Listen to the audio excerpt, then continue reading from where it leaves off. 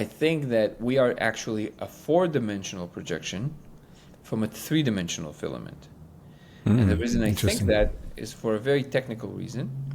And that's because if you think about it, the difference between a regular hologram and what we observe as the universe is, well, we are the hologram. The biggest dose I've ever done of anything was with acid. I definitely don't, nobody ever tried this. I did 5,400 micrograms driving to Vegas, like real Fear and Loathing in Las Vegas. And I just wanted to see if there's a line that kind of separates where you really kind of go insane, I guess. Because I could never find it. I could never find that line. And one day I was like, I was just going to test this. And we're going to test this with a practical thing. We're going to drive.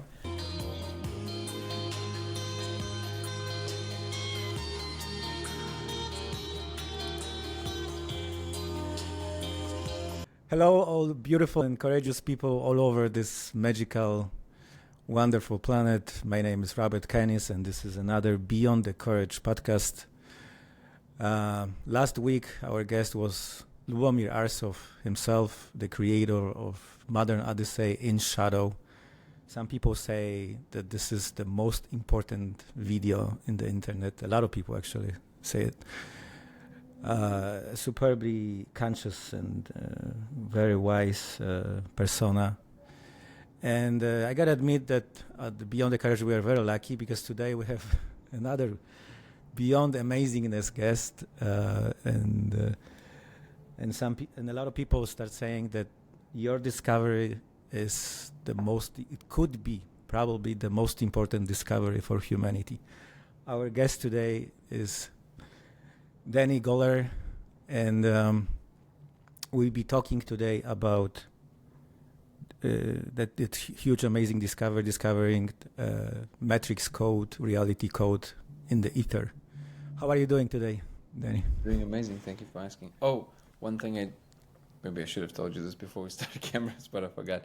We can start again if you want. No. It's okay. Just the puppies today. We came back from out of town and they were with the dog sitter, and we took them, and something happened, and they have some tummy issues. So they're okay now, but if they get up and start running around, I might need to take 5 minutes to just take them outside. Sure. Yeah, I want to cut around it. But other than that, I'm doing amazing. Thank you for asking. How are you doing? I'm really excited. I was super excited when my team told me that you agree and that you found the time to do this, because as we spoke privately, I'm assuming you're very busy right now with all your work. I have listened today amazing podcast with Danny Jones. Highly recommend this one, and his podcast in general. There was a beautiful conversation, like oceans of wisdom. I love the way you structure your communication. I really admire when you put words together. There is so much wisdom and uniqueness within it. Thank you so much. And how did you? How did I what? Sorry. How did you get to the point? I asked the same question, Lubomir Arsov. The way he communicates as well, it's just like a pure music, just pure beauty. Wow, this is right out the gate. And I need to be able to fit my entire ego on the screen, brother. I'm not trying to gain anything here. No, I know. I know. I really do appreciate the compliment, because I do. This is something that I consciously, I think, try to step into more and more in my life. So I appreciate the compliment, because it is a skill that I appreciate in people. So, and I think it's just listening carefully to the best speakers and then finding my style within it. Terence was definitely a huge inspiration. Yeah. And obviously I don't sound anything like Terence, and I honestly don't think anybody ever will. Yeah. It was just, that was another level of something. And yeah, he was beyond of the beyond. It's just, sometimes I listen to it, is because to some degree I understand what it takes to arrange information properly. Literally, like till this day, I know, I think I listened, I'm not exaggerating, maybe everything he ever said. And that's hard to say, because I don't know how many hours there are out there, but sometimes I would listen to something, even if I heard it 1,000 times before, and I'll go, dude, what? Like, what? It just came to him in that, you know. And there's others. Sam Harris is definitely an example. For some reason, he's a contentious character for people nowadays. But as far as speaking, at least, he's definitely up there. And then maybe I guess what I'm always trying to do is to aim towards the full spectrum of communication as it comes, and I'm constantly refining it, which is, it's not just obviously what you say and how you say it, it's also the exact intonation. Is there love in your voice? Is there, how do you come, like, if my mood, sometimes it's hard to control, if my mood is, you know, maybe a little down, or there's some anger in me, or anything like annoyance, whatever that is, how do you fold that into the narrative without it, because you can really, you can aim these emotions, even all of them, towards something that is actually emphasizing versus blocking. And that is where I find the art, which is like, how do you play, how does the energy produce the speech in a way that engages and adds something to the listener versus just giving the information. Very well put. Do you think that at some point DMT help us evolve, expand consciousness? And I know that Danny Jones asked you a question, does it make us more intelligent? And you said no, but it may help our body, mind, heart transcend so many things in a very quick way, right? I think it depends on, I'm very, a friend that was just visiting, he pointed out, which I guess is just on the surface, it's not that difficult to see, but he's like, you know, you're very specific. I was like, yeah, I need the information to be very accurate. So when somebody says smart, what I'm hearing is somebody who, I guess, the caricature version of smart, right? Like thinking fast, higher IQ, like can solve many problems quickly, that kind of stuff, right? And that's what I said on Danny Jones, that smart has all these, the broader array of what smart is. But I think that what people mean is that I do DMT, or I do mushrooms, and all of a sudden I can, you know, solve like complex math problems. That's what I meant, but I don't know if there's evidence for that. But I definitely see how it opens the creative channel and allows you to be more comfortable to step into it. And in that sense, I guess you can say it makes you more smart. But I think that the actual elements that cause the higher function, they're not it doesn't make you think faster or anything that people would associate with the classical definition of smart. Yeah. So you also mentioned on this podcast with Danny that you ask a DMT realm, would it be okay to start talking about this discovery, right? Anything you want to talk about, of course. Yeah. And what did the DMT realm, what was the answer from the DMT realm regarding talking more broadly about your amazing discovery? I asked before I released the first video. And I mean, so there's the logical portion of it without even them saying anything, which is that, well, it's discoverable. So it seems like they're completely capable of making it completely invisible. And yet it is visible under certain conditions. So that alone told me, well, maybe it's not exactly a secret, it's more like a breadcrumb. Were they surprised by asking this question, that you were asking this question? If they were surprised, they were, so this is where I'm gonna sound a little full of myself, and there's just no way around that. But the communication was very clear, which is they did not expect this now. So maybe it's something like this a little early. Now, this is not to say that there are no other things the people understanding that are, I guess, what we would also call part of the awakening. So there's other channels along which we understand these things, but these channels were more expected. This one, I don't know if caught them by surprise is the right term. I don't think that's the case. I think all anomalies in the end of the day kind of like expected to some degree.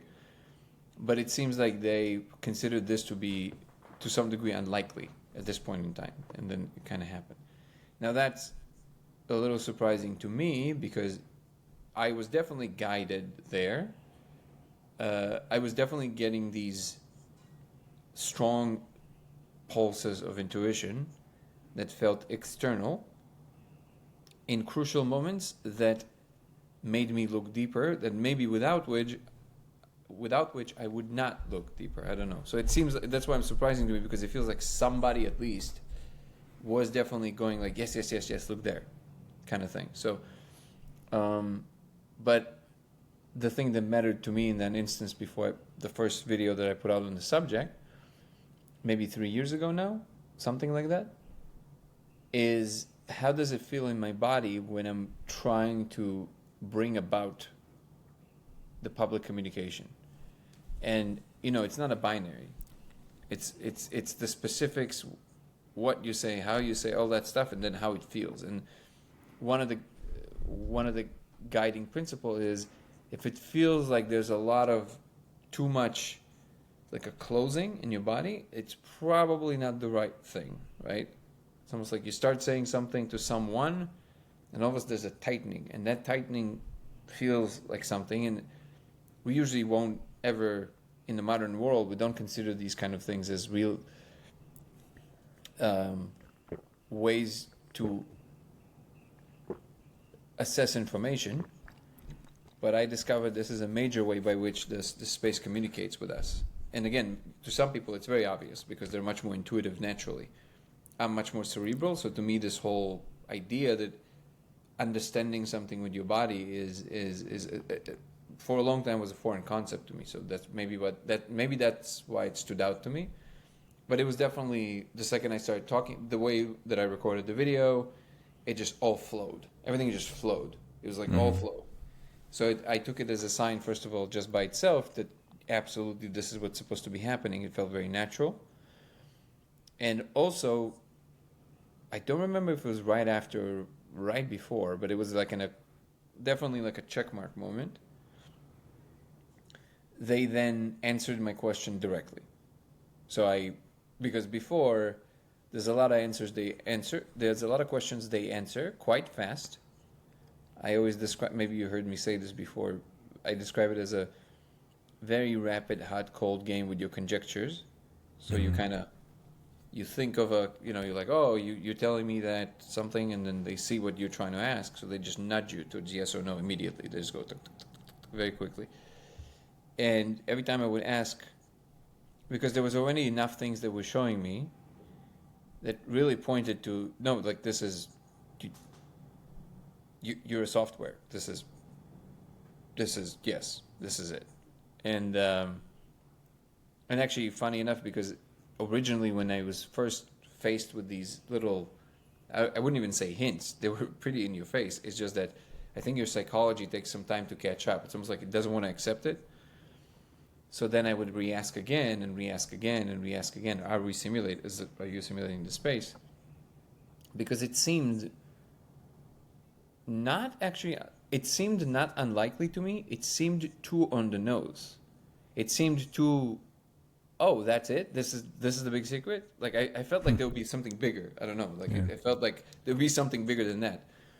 And there was no answer. There was no real direct answer. It was just like they would show me another thing. I later realized that I think it has something to do with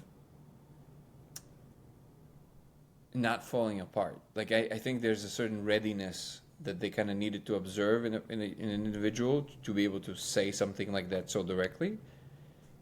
So one day it was, and I don't remember if it was right before releasing the first video or right after, but they just showed me. They showed me how they do it. So at that point they're just like, okay, yes, here's how it's done. And I think I then understood why why the hiatus between the first question and the full disclosure, I guess, because it definitely does something to you to know versus to think that maybe. It does something in that instance. There is a gut punch. There is like a... And I later realized that it's, or at least the way I made sense of it for myself, it's more akin to discovering your responsibility in the world, and it's like growing up, you know. Example I tend to use now is similar feeling to when you realize your parents don't know everything when you're a kid. For the first instance, when you ask them a question and they either tell you something that doesn't quite sound right, or they say, I don't know, and then you realize that you can actually figure it out, and you're like, wait, they didn't know, now I know. What do you mean? That's weird. Like, my parents don't know and I know? That instance of responsibility, that you're an actor in the world, oh, so now there's like a little bit more pressure to do certain things, I guess. I think it's closer to that feeling. But the first impulse definitely contains some of these thoughts of, oh, what do you mean? Like, I'm a puppet, none of this matters, you know, that kind of stuff.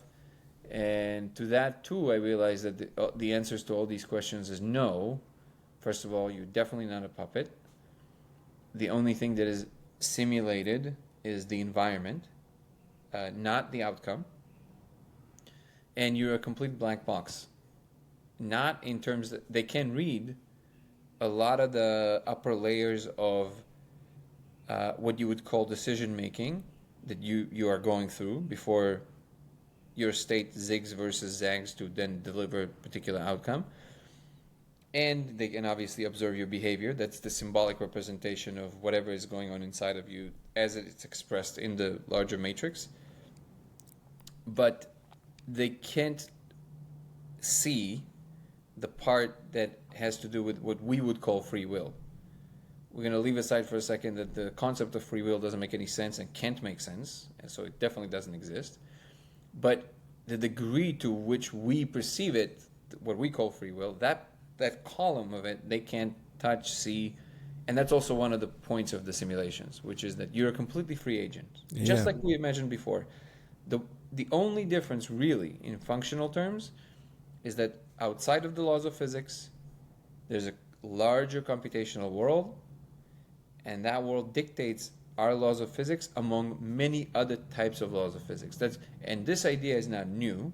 It stretches back all the way really well to Plato's cave, and in more modern times, I guess, you know, giants like Wheeler, It from Bit, all that stuff. So many physicists already postulated that it's a much more likely scenario that whatever is at the bottom is a computational essence of some sort.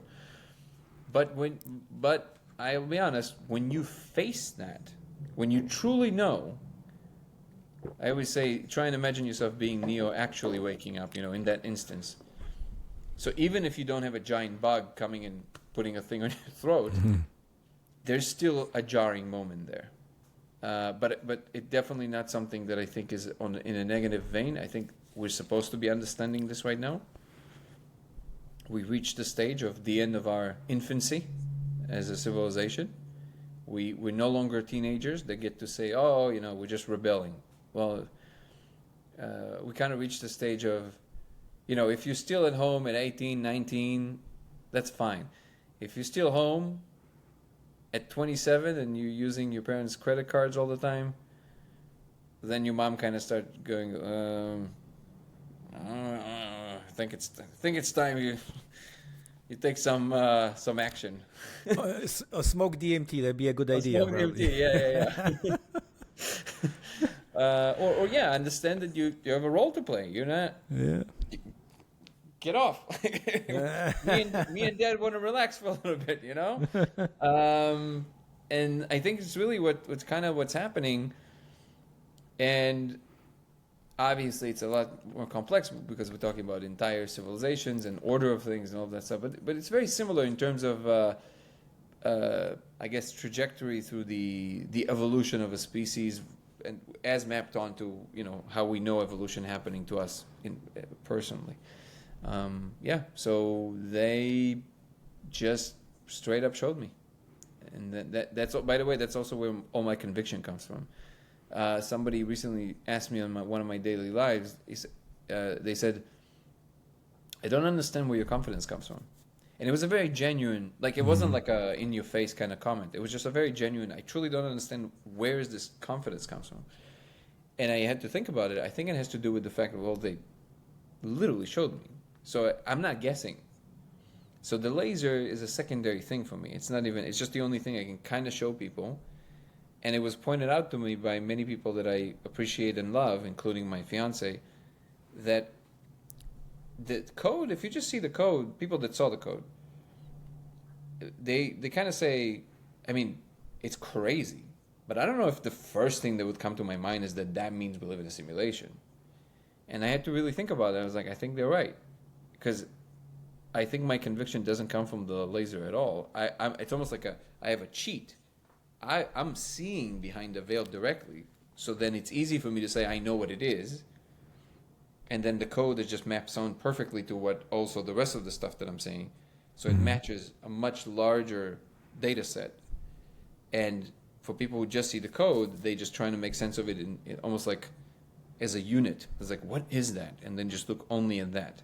And that's a much more, I guess it requires a lot more work to fold it into the picture that like we live in some kind of a computational world than if they would also have access to all the other kinds of data points that I have. I don't remember what your original question was, but here we are. It's not an important. Yeah. Before we talk more broadly about the discovery itself, because someone who is listening to us right now, be listening in the future and watching, we got to build a context here. But I've listened to your podcast with Andrew Gallimore like 2-3 days ago. Also, I highly recommend you get your own YouTube channel, Dan Go Thoughts. We'll place all the links in the description. I love your content. It's important to mention, I highly recommend Andrew Gallimore's both channel and books very highly. I learned a lot from his work. He's doing a very important work. Yes.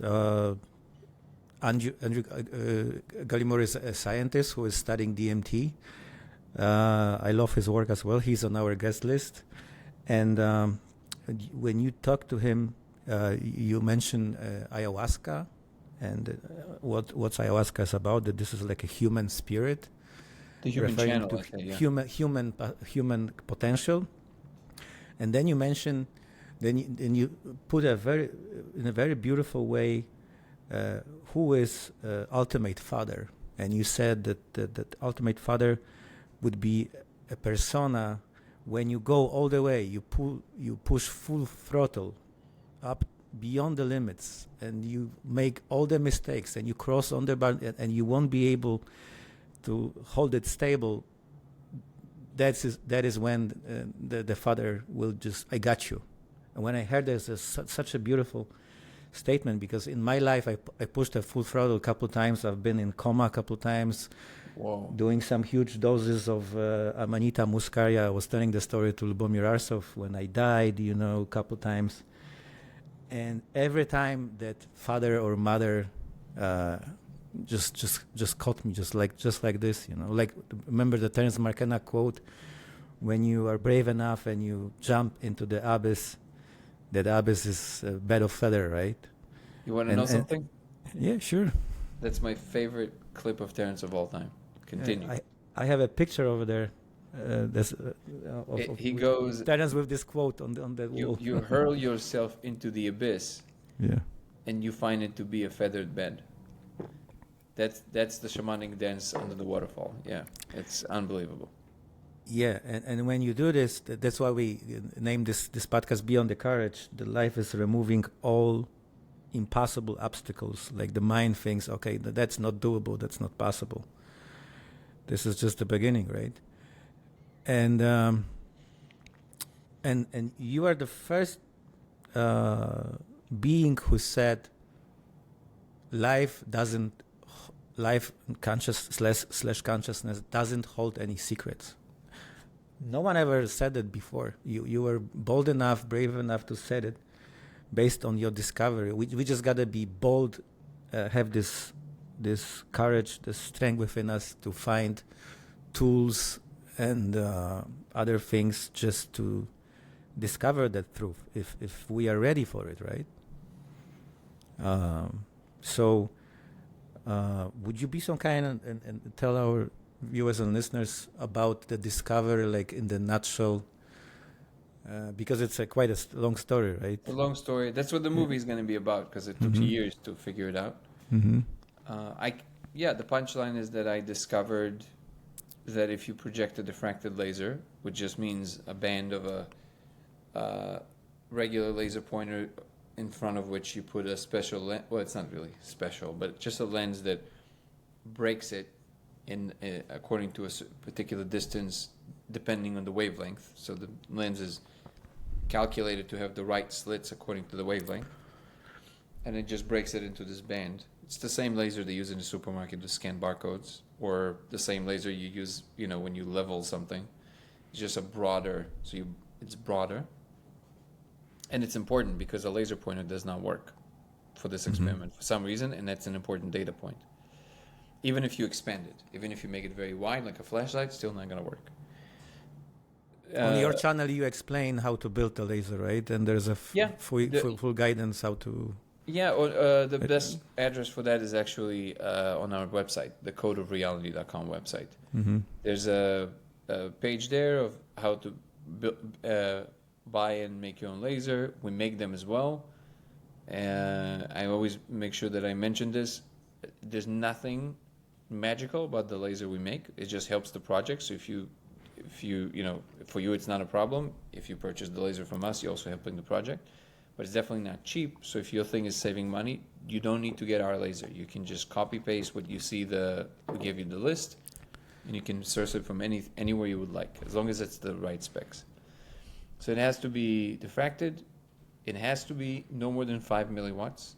That's a safety thing, because if you do anything above 5 milliwatts, spend enough time with it, 10 minutes, 15 minutes, you're going to start feeling a headache.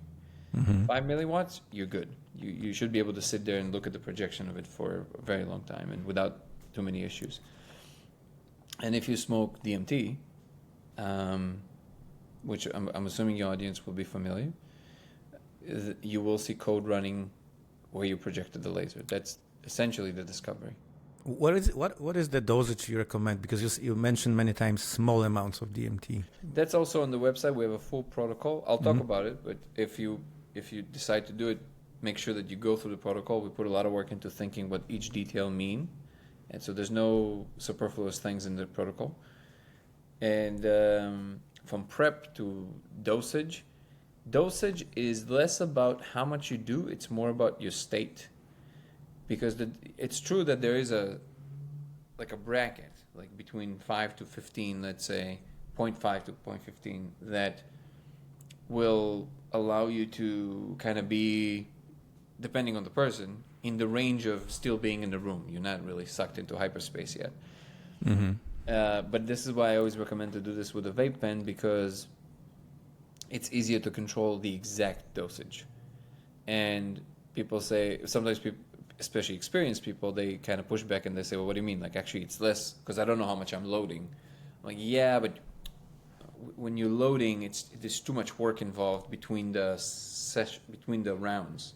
And you want to be able to just kind of sit there and just sip on it, basically, depending on exactly how much you need. So you kind of feel it. And one way to gauge dosage with vape pens is just to count yourself in. So if you do that particular vape pen that doesn't change, right? You're using the same one in that instance, according to your state at that moment, how much you slept, how much you ate, what's your state of mind.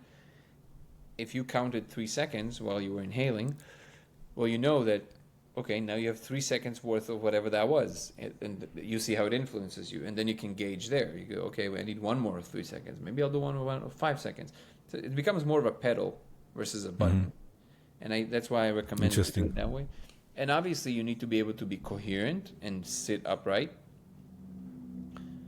but enough to see the code in the beginning. So there's two main ways to do it, and all of this is on the protocol. Again, it's on codeofreality.com. You just either have the full experience, so you blast off, you do whatever you got to do.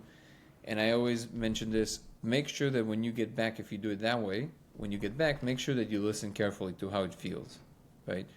What did the molecule say to some degree? Do you feel called to look at the laser? Is it a fuck yeah?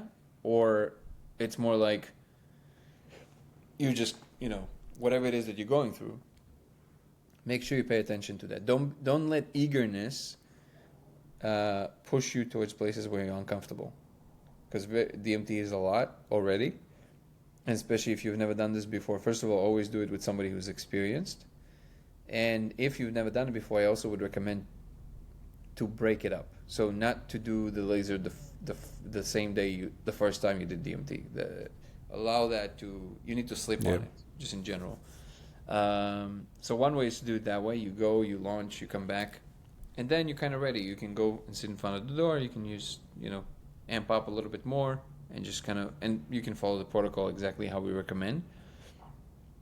Or if you don't feel like doing that, you can just do one inhale, wait a few minutes, maybe even 4 or 5 minutes.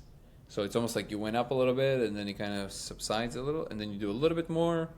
You wait another 4 or 5 minutes, a little bit, and then after about 3 or 4 of those, so it will take you about 15 minutes, but then you're in a state that is almost the same to the one that you would be in if you would just come back from going to hyperspace. And then you can do the same. You just go sit in front of the door and do whatever is required.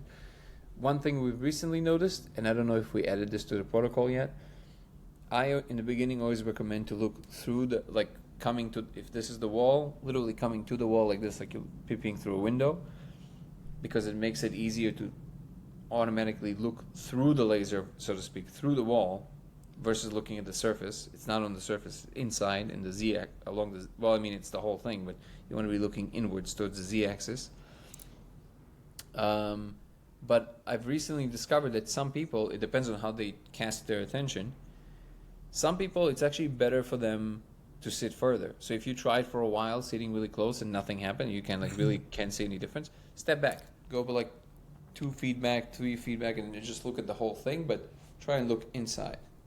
So that usually does the trick as well. Awesome. Thank you for those tips. Yeah. Have you ever tried to, because you mentioned a lot about the code, it doesn't look like something ordinary. Those are not digits, right?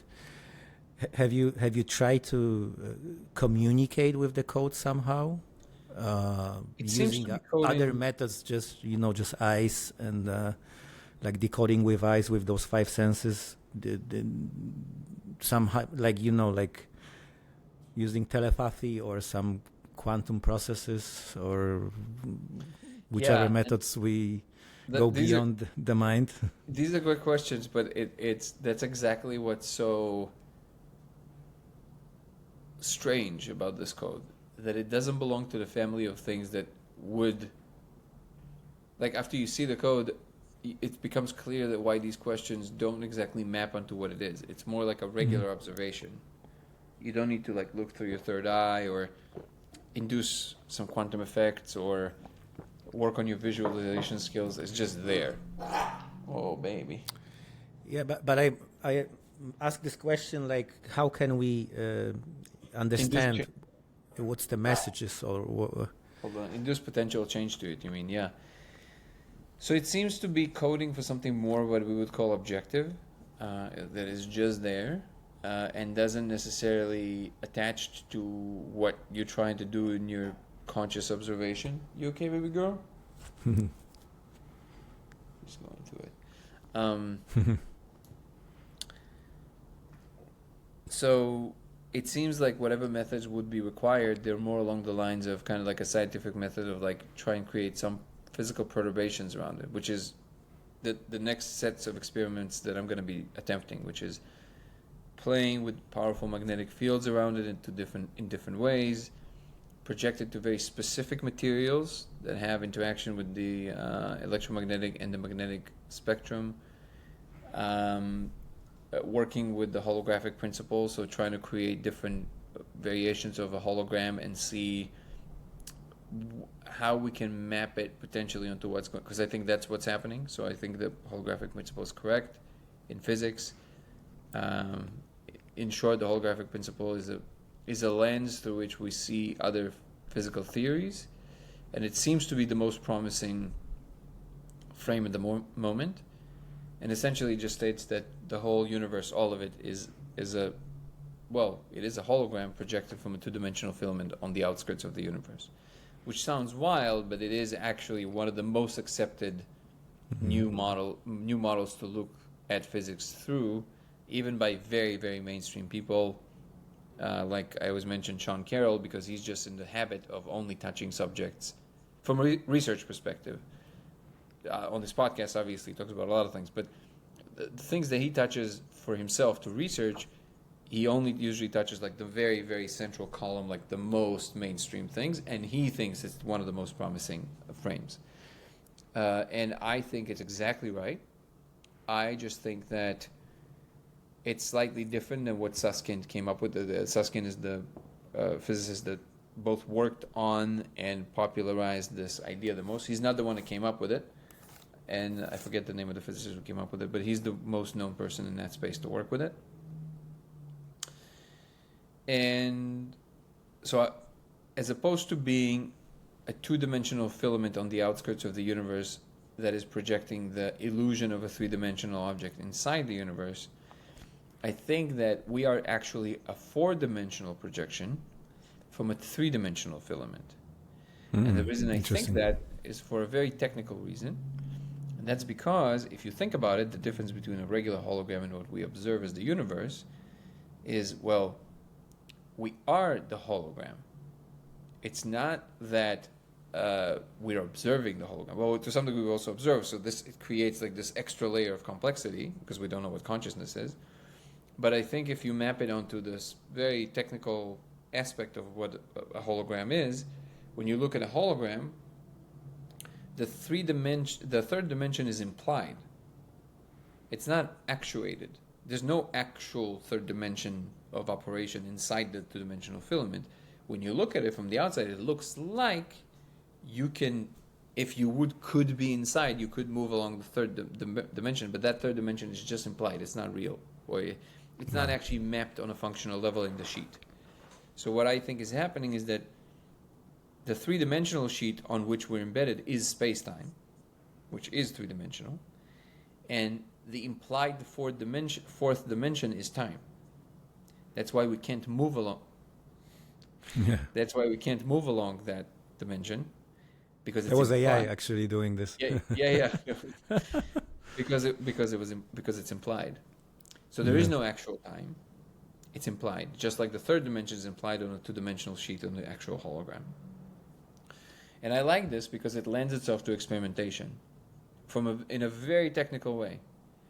And it's going to be a journey, but it lends itself to falsification, to like all the scientific things that you would want to do with it.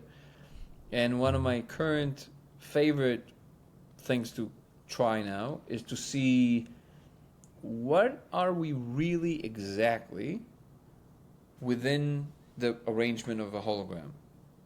Are we the embedding on the sheet? Because that's not that clear cut to me. I think there's a good chance that we are actually the reference light, which I like because either metaphorically... What do you mean by that, by reference light? Because so the way the hologram works... You can understand. Yeah. So the way the hologram works is that you have, let's say that where you are from me right now, that's the sheet where we're going to be recording the information, right? The actual hologram sheet. We're putting a real object, let's say this, on this side. Then you project the laser. Well, you project the laser from another place that then breaks into two beams through mirrors. One of the lasers that's it's gonna break into two. One of the parts is gonna hit it from the back, or at a slight angle, and that's the object light.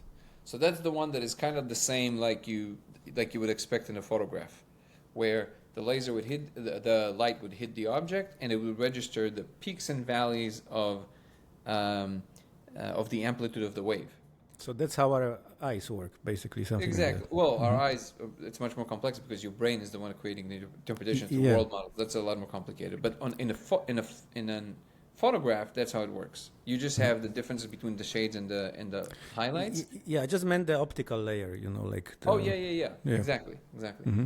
Actually, to be quite honest, I'm not sure if the color cones and the black and white cones in the eyes, like the photoreceptors, the way they arrange, I don't know enough about the eye anatomy to say definitively if it's exactly like in a camera. You might be right. I just truly don't know. But at least in this case, that's the part that kind of mimics the camera part, right? But what's different in a hologram is that this other beam, because we split it in two, right? This other beam is going to go through all the other mirrors, and then it will meet the first beam after it already passed the object. So the beam passed it, it's now here. And then the other part of the same beam will come from the side and hit that first beam. Now this first beam already contains information about this to some degree, about peaks and valleys. And what this beam will do is will basically register the exact distances. This is why creating an actual hologram it requires a lot of calculation, because it has to be very precise, the angle with which you arrange everything. Because it needs to hit it exactly in order to register not just the amplitude but also the phase.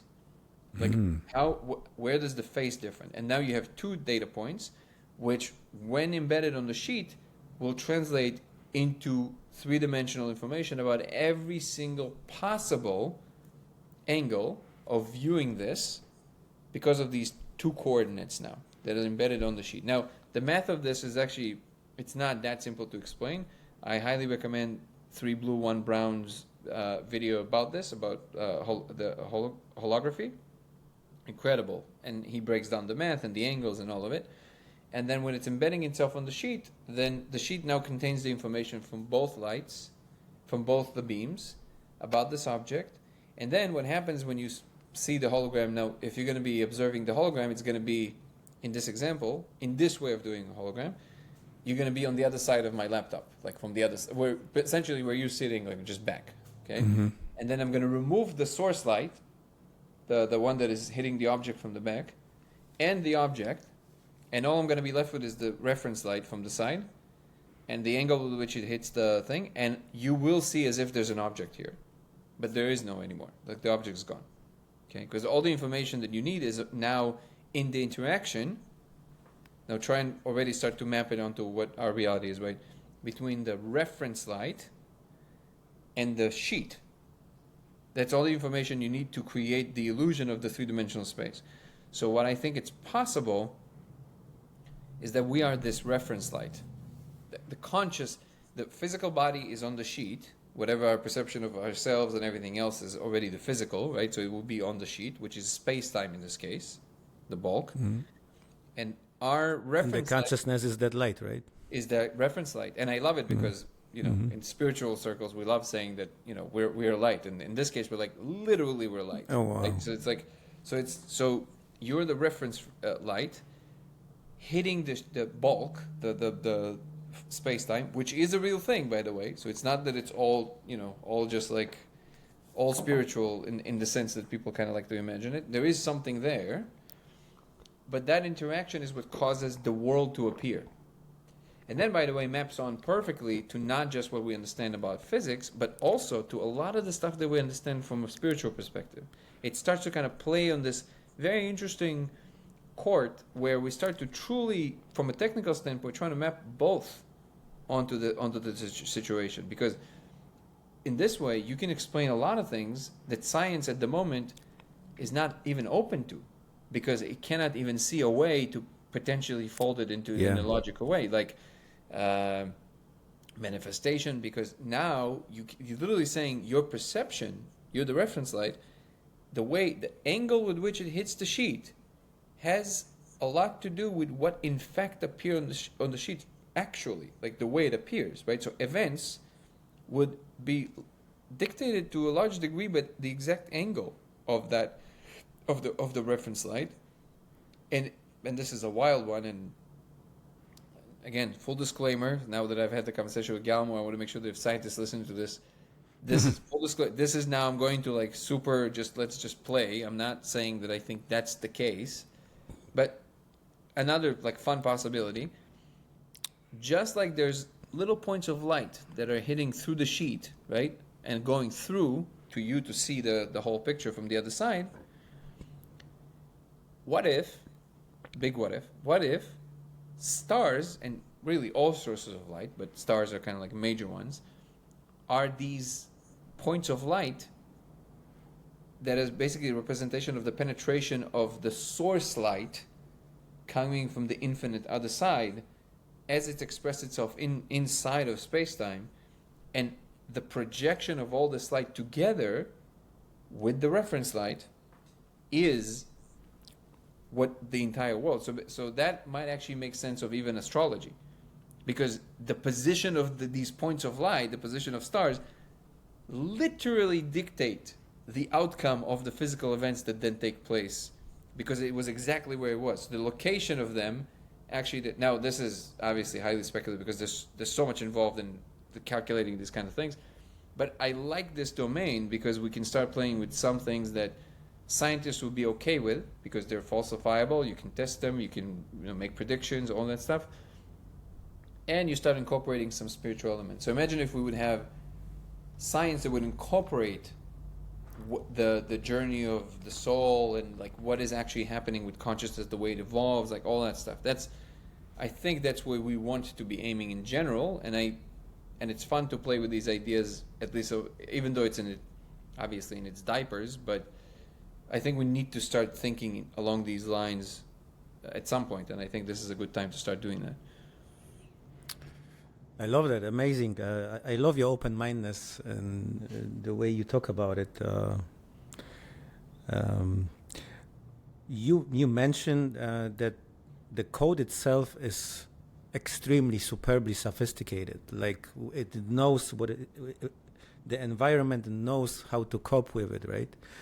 I also love your conversation with Chase Hughes, who is a number one word behaviorist, amazing persona as well.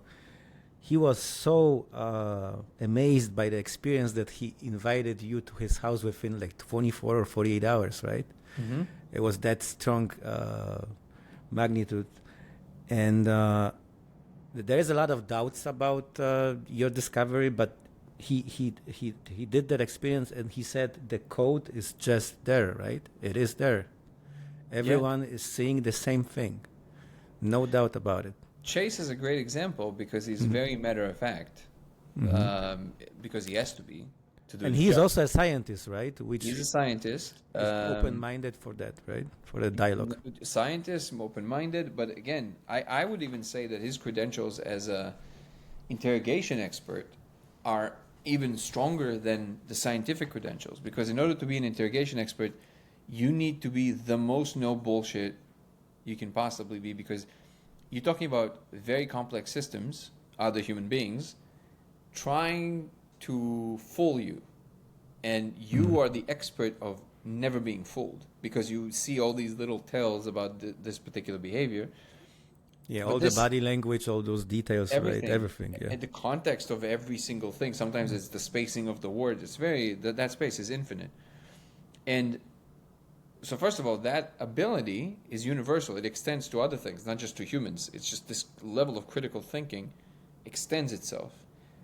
But at the same time, and this is the reason that he said that he immediately contacted me. He said, I'm an expert in spotting bullshit from 10,000 miles away. It's what I do. He said, I watched this video 20 times and I couldn't believe it. Yeah, because I've never seen reactions of the people, right? How they react. He said, I did not say so one natural. Fake moment, not one fake moment. Mm-hmm. And I immediately knew that I needed to understand what they're looking at. That by itself is a huge data point. And he invited me to his place. He was very kind, very lovely person, and very serious guy. And the reaction on my channel, you can watch it. It's he's just blown away. It's so bizarre because it's just there. And by the way, I realized that I didn't fully close that point on the last thing you asked, and this relates to this as well, which is that you asked me what can we do to influence the code. that's the weird part, that because I do believe that it's this technical in terms of what the code actually is, because I do get a lot of emails from people saying, it's probably the most common email I get. They say, I see the code without the laser, or I see the code without the molecule. And as I started having these conversations, I realized, oh, people see a lot of different kinds of codes. And I don't think they're confused. I think they're seeing codes. But I realized that these codes are different, or at least they are positioned in a different distance from what we are as conscious beings. So the codes that usually people see without the molecule or without the laser, if they do a molecule without the laser, these codes, you kind of see them in surfaces sometimes, on animals, on people. They're much more malleable. You can change them with your attention. You can influence them with something that you think or feel, or music or something. With the laser, you can't do that. So it tells me that whatever that is coding more for the structure that kind of holds everything together. And again, super important data point, because if there's a lot of different codes, which I think at this point for sure is the case, again, it makes sense of so many different things that we didn't until now have explanations. We had methods, like sun gazing in the morning. I can kind of see, like if you squint your eyes, that red light in the beginning in the morning, if you just stare into it, I don't know, I've never tried it with DMT yet, but people did tell me that they see these little, like they can see something. So I think codes are in all the light and in all the matter and all of it, and there's just interactions of these things. So you literally get like a download when you stare at the sun in the morning. There's something happening. It's like uploading a new software for the day kind of thing. And I don't think it's a coincidence. And with Chase, because he's totally on board with the whole. He has a bunch of toys in his basement. He has an MRI machine. He has all kinds of things. And he's like, he plays with all these things all the time. So he's like, we're gonna do experiments. And then he realized very quickly, he's like, oh my God, this is not that simple. Like this thing is just there, and I'm just looking at it, which is wild. And now go and figure it out. What can we do to perturb it? Mm-hmm. Wow, that's like way beyond magic. Yeah, very, very. And so I would like to ask you the one question we ask on this podcast, which is a repeatable question and it's always different. What would be the most ultimate questions you would like to be asked through me from the universe, so you can express the biggest, widest core of essence of the potential of your discovery and your work in general? What would be that question? About my discovery? About anything you would love to be asked. Like if I could have one-on-one and I would have one question from God? Yeah. We can paraphrase it like this. That's the simplest way to say it, right? Yeah.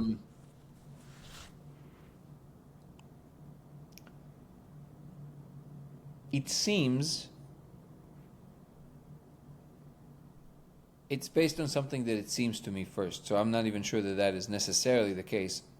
So the question would be, if I'm right about what I'm seeing,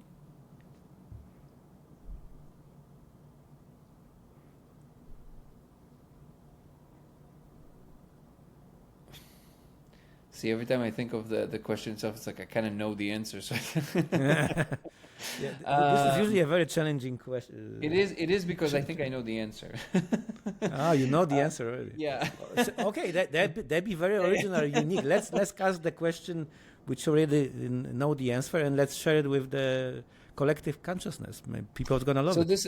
But I think it's an important one to voice, because I asked it in different ways. I re-ask it, and it's almost like it always says, like, "But come on, man, But it's almost like I say no. But are you sure that is the case? I guess that would be my actual question. Are you absolutely certain that that is the case? And I'm referring to. It seems that the universe is trying to do both, understanding the ultimate answer or the question, because it seems that what is happening at the core is that nothing in existence, including God, knows why. I love Nothing that. knows why. I love that. It's not understood. How can it possibly be that everything came from nothing? Now I know that some big portions of human beings are convinced that no. God Almighty knows He made it. No, He does not. And that's exactly the crazy part. And if you really ask yourself, and again, this is kind of like we're playing a very fine line here, because on the one hand you say, like, ultimately, if you think about it, like, why would anything inside of existence know, right? Because that's the snake that eats its own tail. But then it's almost like blasphemy. It's like, come on, are you pretending to understand what it's like? No, I'm not pretending to understand anything. What I'm observing is it's actually what's happening, which is like the ultimate alpha and omega does not know why. So what seems to be happening is that it is both trying to figure it out and learn the attitude of not caring about the answer. I love that. It's almost like the Eastern and the ultimate kind of like scientific pursuit. Both are happening. Okay, so it seems to me to be the case is that they're irreconcilable. You cannot occupy both states at the same time. Almost by definition. You either just be in love forever, and that's a skill that is, if you think about it, that is the ultimate skill. If you know that there's nothing outside of you and you can do anything, and in order to escape this, maybe escape is the wrong word, but in order to solve this conundrum, because it is the ultimate loneliness, which is not pleasant, you're trying to learn the skill of nirvana, of just truly just being, right? And it seems to not have been. It seems like, again, I understand that for a lot of people, there's like a lot of blasphemy involved here, but like there's a playfulness here. This is not disrespect. It seems that it did not come pre-installed with God. Like, God is also evolving, and this skill of just being did not come pre-installed, and that is one of the things that's trying to be figured out. Or you're trying to do everything you possibly can to potentially trying to answer what is that thing that zigged, that made everything become, and with you intact. And so my question would be, and this is what I truly, because I constantly inside of me, I'm trying to occupy both. Like, I love the thrill of the seeking and the interest, but at the same time, I understand that you have to be able to just drop it when it's becoming too much, right?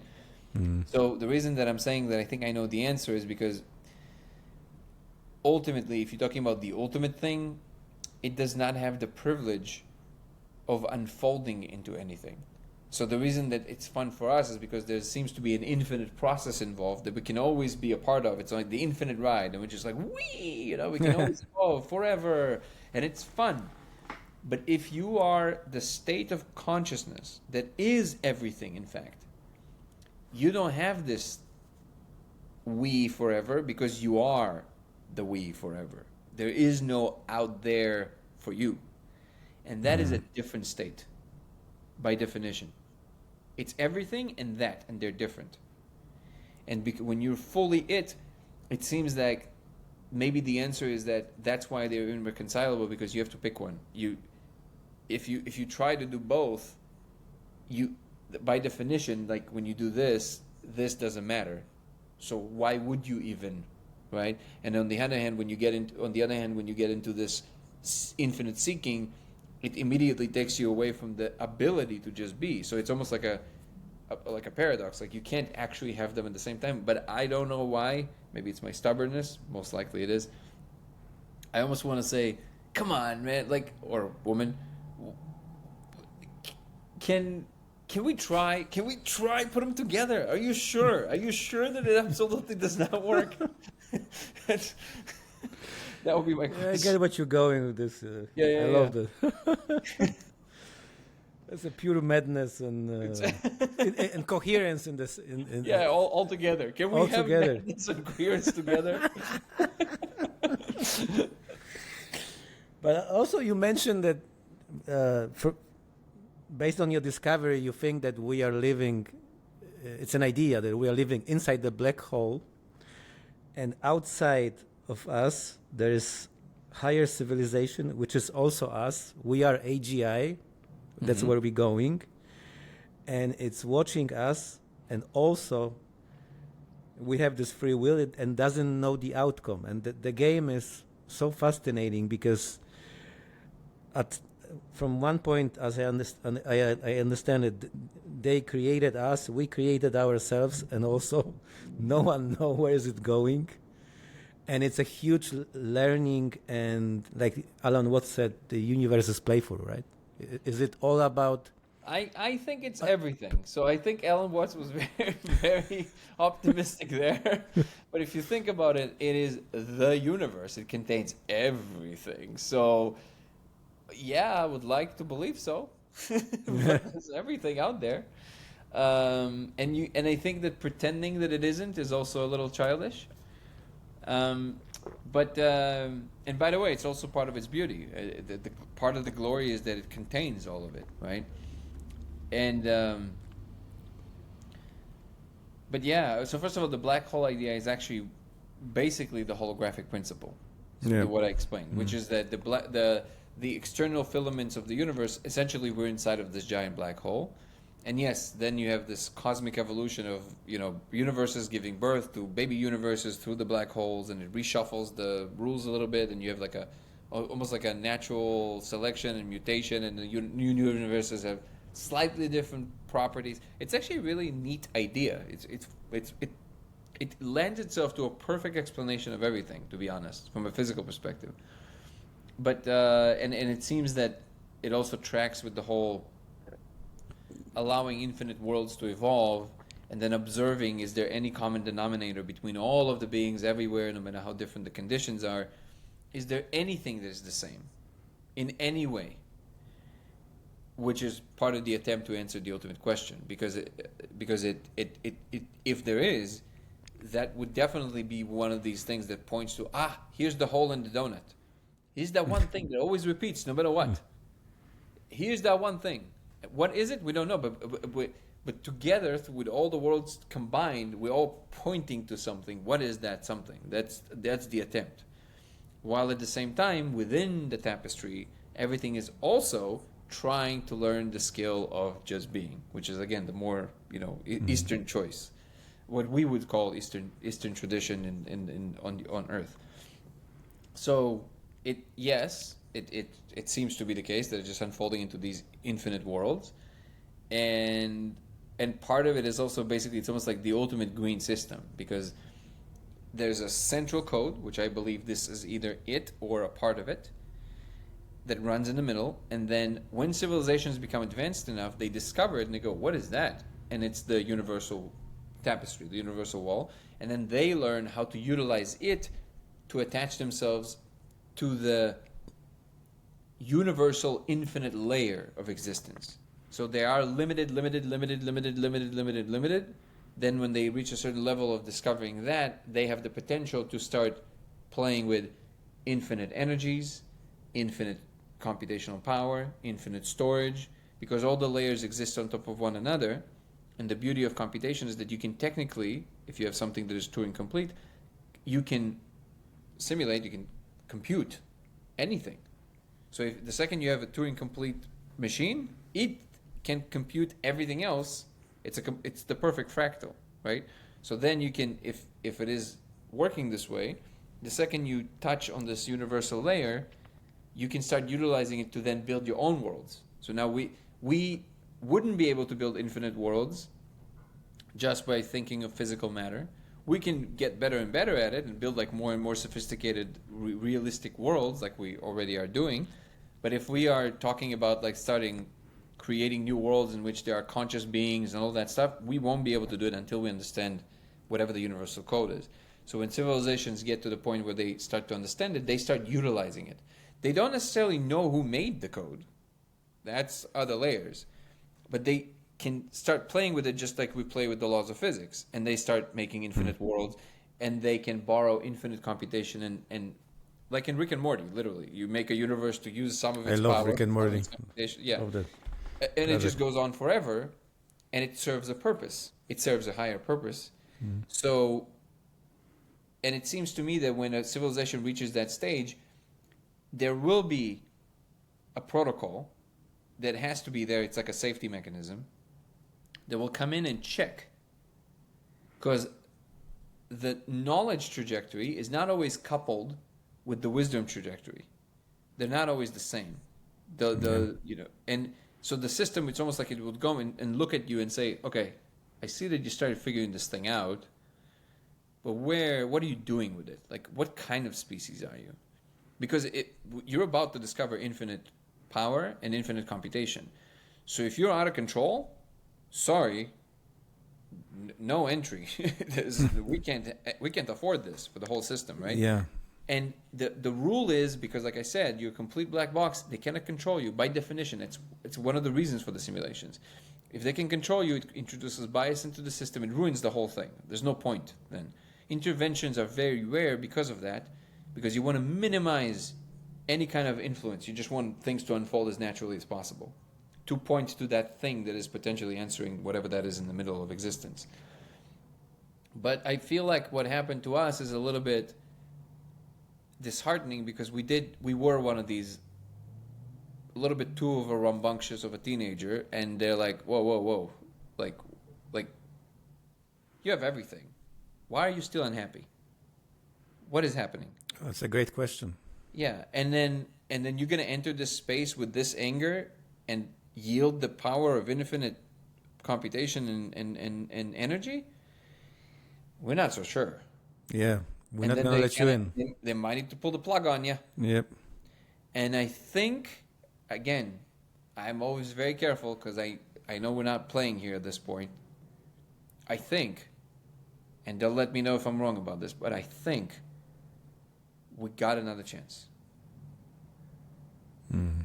But we better not mess it up. Yeah. Yeah. That's why so many energy tests, testing our will strength, our hearts and patience and everything beyond and between, right? Mm-hmm. You mentioned one thing, maybe we can talk about it a little bit broadly, that something really amazing and huge is going to happen soon, and I fully strongly have this gut feeling as well. Right. That's very cool. I had this session with Amanita muscaria once. It took 20 grams. Have you ever? Yeah, that's a very challenging mushroom. Whoa. Dried? Dried, yeah. Whoa. I did 21 one time by mistake. I mean, Amanita or? No. Of just, I think it was just golden caps or whatever. Oh yeah. I had 23. Yeah. Oh man, you're me to the subconscious realm. Yeah. We need to discuss some things. You're in the big leagues, my friend. That's amazing. No, I don't think I would ever do it. Like you did it purposefully? Yeah. The long story short, I took heroic dose, 5 grams. Mm-hmm. And the love of my life, we had some really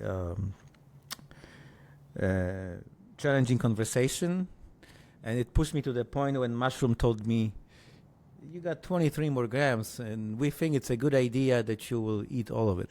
So that's 28 total. That's 28 total, yeah. Whoa, dude. It put me in just within less than 60 seconds to the subconscious realm. I just talk about it. I highly recommend you. There's this amazing woman, Akisha Lewis, Julian Palmer, who created the Changa. We recorded a podcast with him, and he recommended her. She was able to overcome PTSD, many addictions, yeah. And her boyfriend, her love of her life, died on heart failure. It's a very powerful story.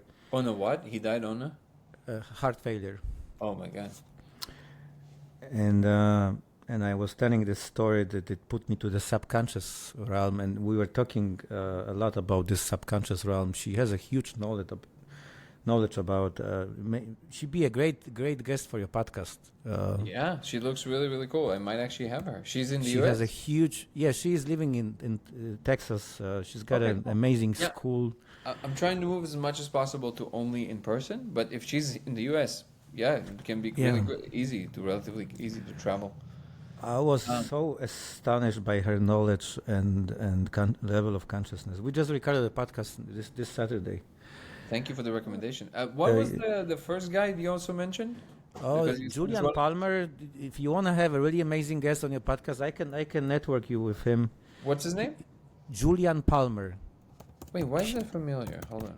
He created Changa. Okay. That makes perfect sense. Absolutely. That's quite a persona. That the life.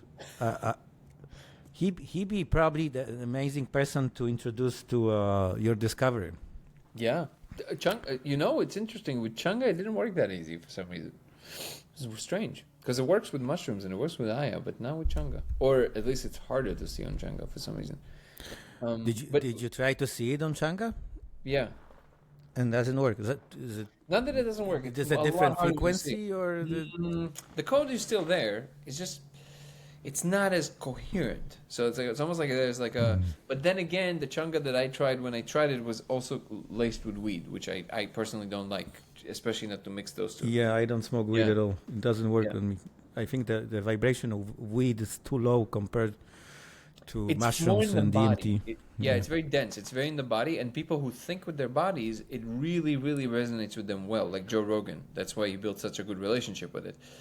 People that are more cerebral, I don't know if you are, but I'm definitely much more cerebral. It almost makes me feel like there's just a screen. There's like I'm slower. I don't feel comfortable. It's like I think anxious and a lot of like tension in the body. But what I wanted to ask you about the 20. So the biggest dose I've ever done of anything was with acid. I definitely don't. Nobody ever tried this. I did 5,400 micrograms. Driving to Vegas, like real Fear and Loathing in Las Vegas. And I just wanted to see if there's a line that kind of separates where you really kind of go insane, I guess. Because I could never find it. I could never find that line. And one day I was like, we're just going to test this. And we're going to test this with a practical thing. We're going to drive. So obviously this is a very stupid thing to do. But also very brave. No. It is definitely stupid. There's better ways to do this. But also... it was stupid because I'm not... It's stupid because there's just really no reason to do that. There's better ways to test this. I think I was more like... Maybe on the racetrack it would be a good idea, right? Yeah, I was rebelling. It was more like, whatever. It was definitely not under any spiritual kind of thing. It was just I wanted to see what my line was. Was it in youth years or years ago? The what? Was it in years ago when your youth years? Yeah, it was I don't know, maybe 10 years ago, something like this. And then I drove, and so the reason I'm telling you this is that I did notice. So I didn't take all at once. I kept on eating them as I was driving, and then somewhere in the 30s, after 30 of them, there was a moment when I had to stop because I wasn't sure that I understood anymore what was going on. So I had to stop on this one of these, you just exit for a second. And I stopped on the dirt road, and I was like, okay. And then I looked, and I was like, okay. Well, I can't stand here because I had enough of a ability to calculate that I know I'm on the road, police will come.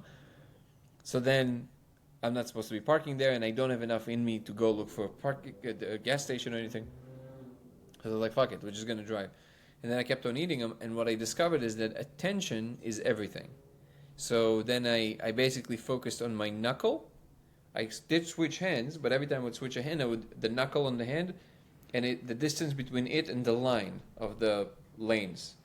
So that's the only thing I looked at. It's just the knuckle and the thing. And then that way I could get through it. I just very focused on one thing, and I just remembered just to look at that one thing, and then I was fine. And I remember it's extremely interesting, and I feel what you're saying. Yeah, and then so you basically almost and then you're okay. Doesn't matter what is your state of consciousness. If you focus like a laser, you can still do this, right? You can still do it, and And with the 21 grams, it was completely by chance. It was actually a little bit funny because a friend of mine put him in a bowl, and we were in a festival, and he just turned away, like in the movies, like in a sitcom, like a mistake kind of thing. Like he turned away to look something in the bag, and I was already loaded.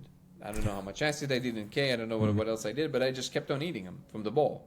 Oh, and then he turned back. He's like, "Where's the mushrooms?" And I said, "Oh, I ate my mushrooms." And he said, "No, that's for you and I for 3 days." I was like, "Oh," he was like, I was like, "Okay," and he's like, "Well, buckle up." The interesting thing is, it wasn't that crazy. It wasn't that crazy, and maybe it has something to do with the fact that I kind of braced myself. You know, there was a lot of because I did understood what happened, and I was like, "Whoa, okay," and I kind of braced myself. You know, so there's something about attention that almost blocks it, because in other occasion, there was one occasion where I did like 300 micrograms, and I went insane. I just went crazy. Like I thought, I believed things happened to me that just. Like truly like crazy things that I absolutely believed. I thought I was being interrogated by the CIA. Like it was crazy. From 300. So it just shows you that really 300. How many grams? No, 300 micrograms of acid. If you convert it to mushrooms, that'd be. Oh, I don't know if you can do that. Oh, never mind. Okay. Yeah, no, I think it's a very different kind of thing because mushrooms. They also have a different trajectory with you. They're much more. They listen to you much more carefully. The thing with acid is that it's not as good conversationalist. Yeah, like acid is more like a rocket, you know, or a catapult. You're just kind of going somewhere. Yeah. Is that not your experience with it? The differences? I tried just LSD just once in my life. It didn't work at all. No, acid is crazy, man. Like it's. And it was one of my favorite things. It felt like a Limitless pill to some level. It like the problem that solving. Limitless, the movie, like that state. Like the movie, yeah. If I would do anywhere under between 50 and 90, it would literally feel like I'm like a problem solver on another level. Which, by the way, was verified by experiments. They did a problem solving study, and they found that that's about 90 mics is about where the problem solving layer is. And but anything above that is that's when it really gets visual. It doesn't have the same kind of conversational style. It's more like you're just going somewhere. So that's why I think the conversion doesn't make sense. Anyways, I wanted to get your take on the attention thing. Do you feel that there's something there, or you just never thought about it? You were kind of going in a different direction when you were doing it. No, I feel you here very well.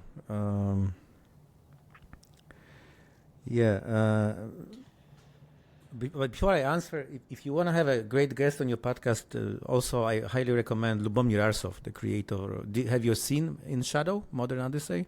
That's the thing that you mentioned. That's what I meant. The shadow? No.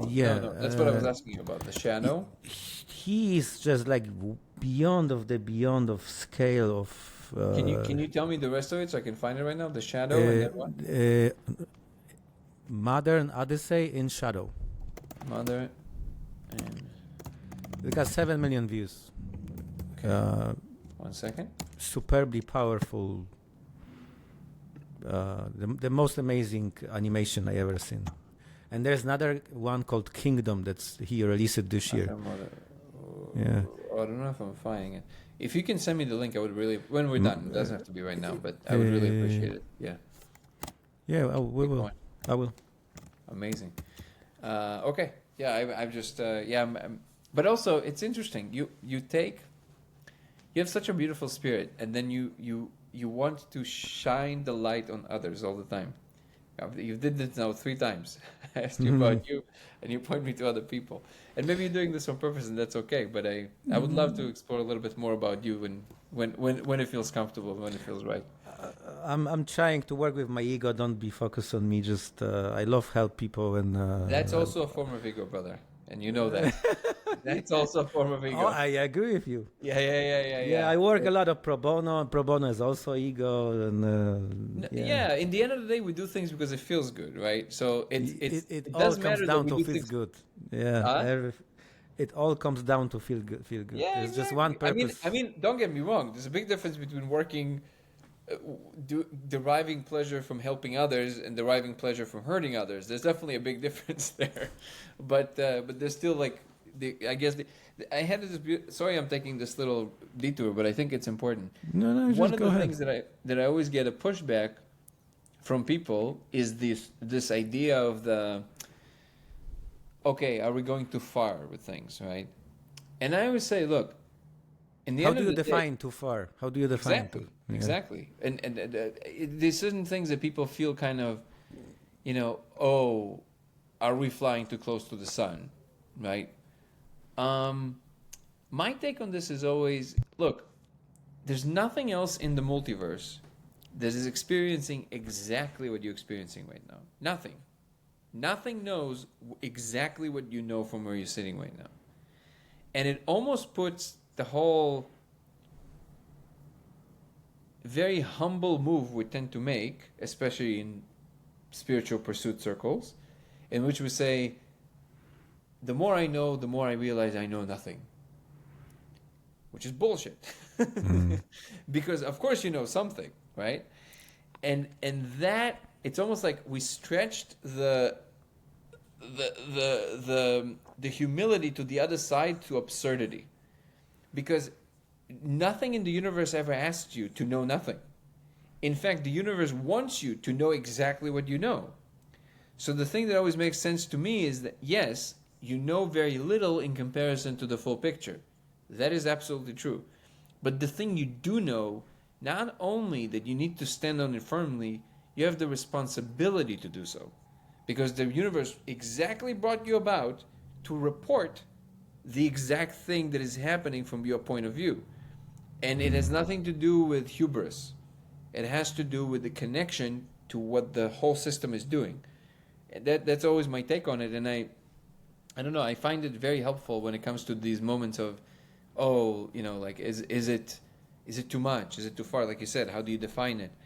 To me, it's all a matter of what is your aim and how it feels in the body, which is the same for how people from the spiritual pursuit side would go about most things. Does it feel flowy? Does it feel connected, or does it feel disjointed and it feels closing? And as long as it feels this, like it opens, I think the universe really wants us to express exactly what we're expressing, and it's important that we do.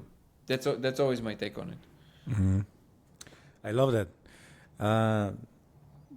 The reason is why I didn't talk about me and I mentioned about those people, because I think your discovery is so amazing. It's another next big thing, and if you're talking about large doses on LSD, we have this guy in Poland. His name is Popek, Popek.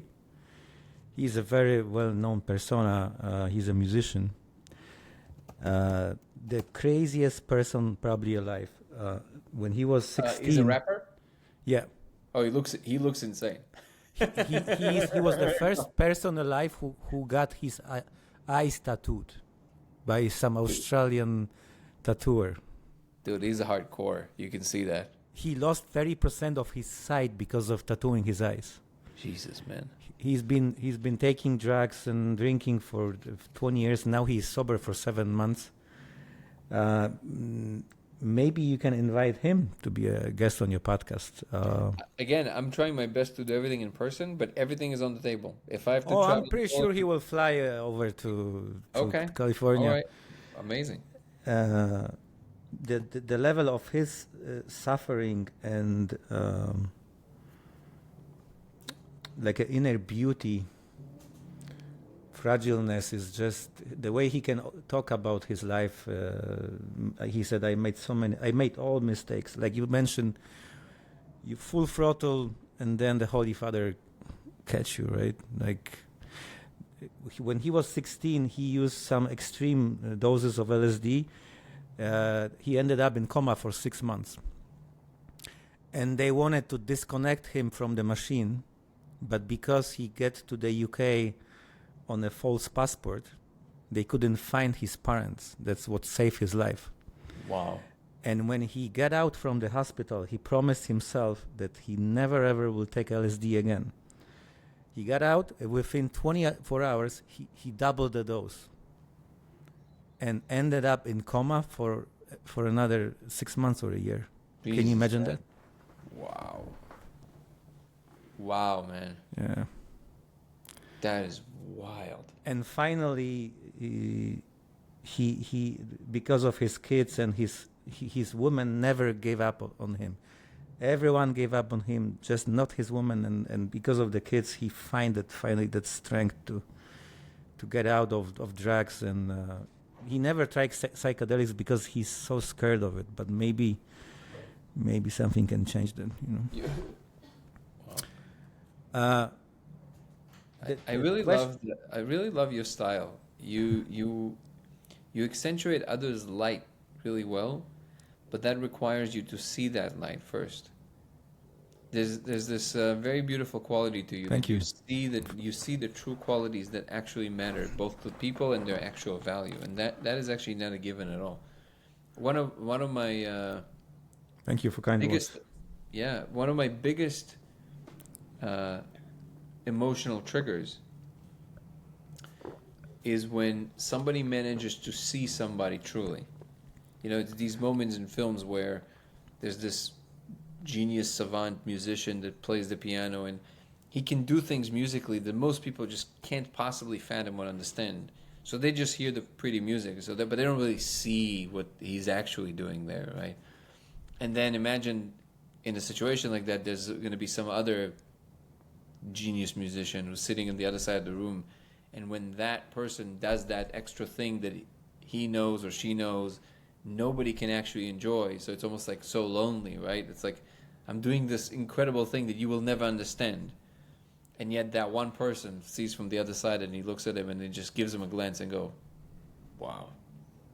Like with and then that person registers that they saw what they did, and that moment of connection, to me, it literally makes me tear up every time when something like this in a movie happens, because that's true seeing of the either mastery or something that really like the value there, right? And because that's a very impactful moment for me, it stands out to me, because you're doing this very naturally and you're doing really well. You do it very genuinely, and I just want to tell you that I see that in you. I see that value in you. It's incredible. It's such a beautiful quality. Thank you so much for such a huge compliment. Like, my ego is saying, you don't deserve it. That's what my ego is saying. That is something for you to work on. Yeah. Yeah. Because when it's I'm trying to transcend it simultaneously when you say that. Like, well, here's the thing: when it's a well-deserved compliment, pretending it isn't is a form of a lie. Yeah, gotcha. Yeah, I'm very thankful for the beautiful compliment. And another guy popped up to my mind. Do you know Leo Gora from actualize.org? He is... Yes, the bald guy. Yeah, the bald guy. Yeah. I saw him on the Toe podcast, the Theories of Everything, but like 7 hours or something. And he's one of these people that I always talk about in the context of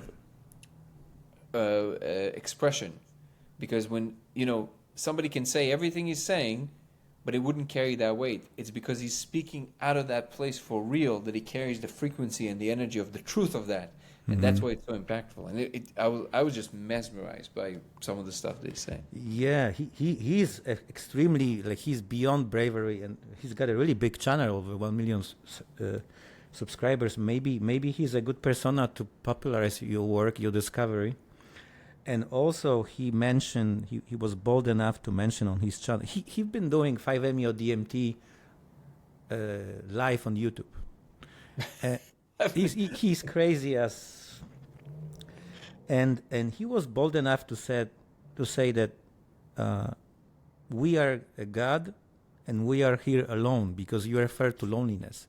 Yeah. There is only you sitting here in this universe, and there is nowhere else to go.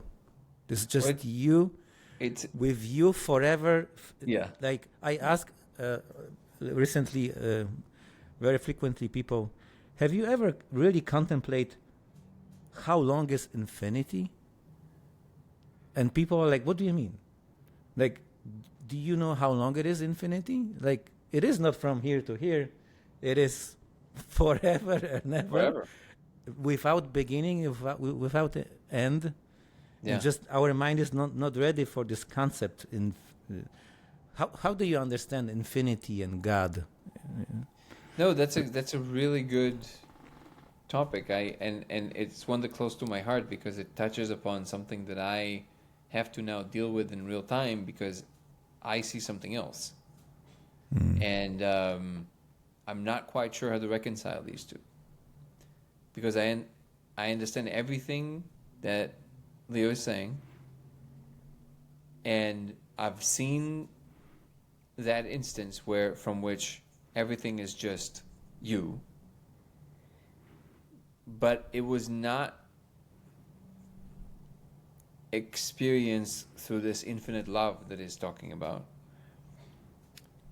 It was experienced through the mundane nature of human existence, and maybe that was the problem, because when you experience it from the perspective of just a one, and you experience the perspective of the one, then there's a pain involved, because a one can't handle that kind of infinity. Imagine waking up in this aquarium, and you just what, and that you're alone, and you realize you're alone and there's nothing else and never will be, and you can do anything, which means nothing matters, like nothing has value.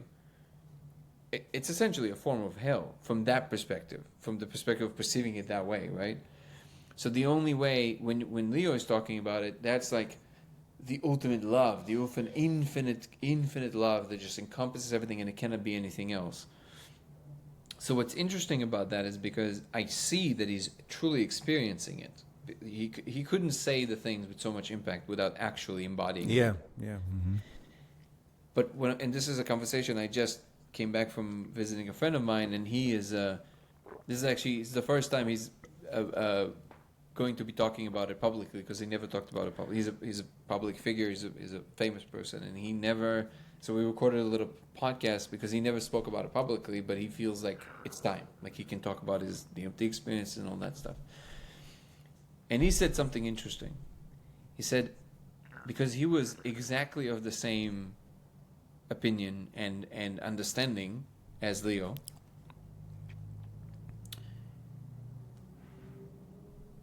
but when it came to actually talking about the code, he said, what's interesting is that was, I was like, okay, I might need to reframe. Because this is not me. This is something else. And I like never different building blocks of reality, like not us, man. Like completely not us. Like no. Someone else is in the room, my friend. Not even alien, not even... No, I mean, they are real aliens. Like real aliens, not things that we can fathom or comprehend or deal with. It's, again, like Terence McKenna used to say, real aliens will be real aliens. Yeah, I got you. They will not be humanoids, or like they'll be so different. No big green heads. No UFOs. So different that you can't even, your brain just goes, And this is why I'm saying it's interesting to me, because until this moment, when I started interacting on a personal level with people on this level, I never realized how much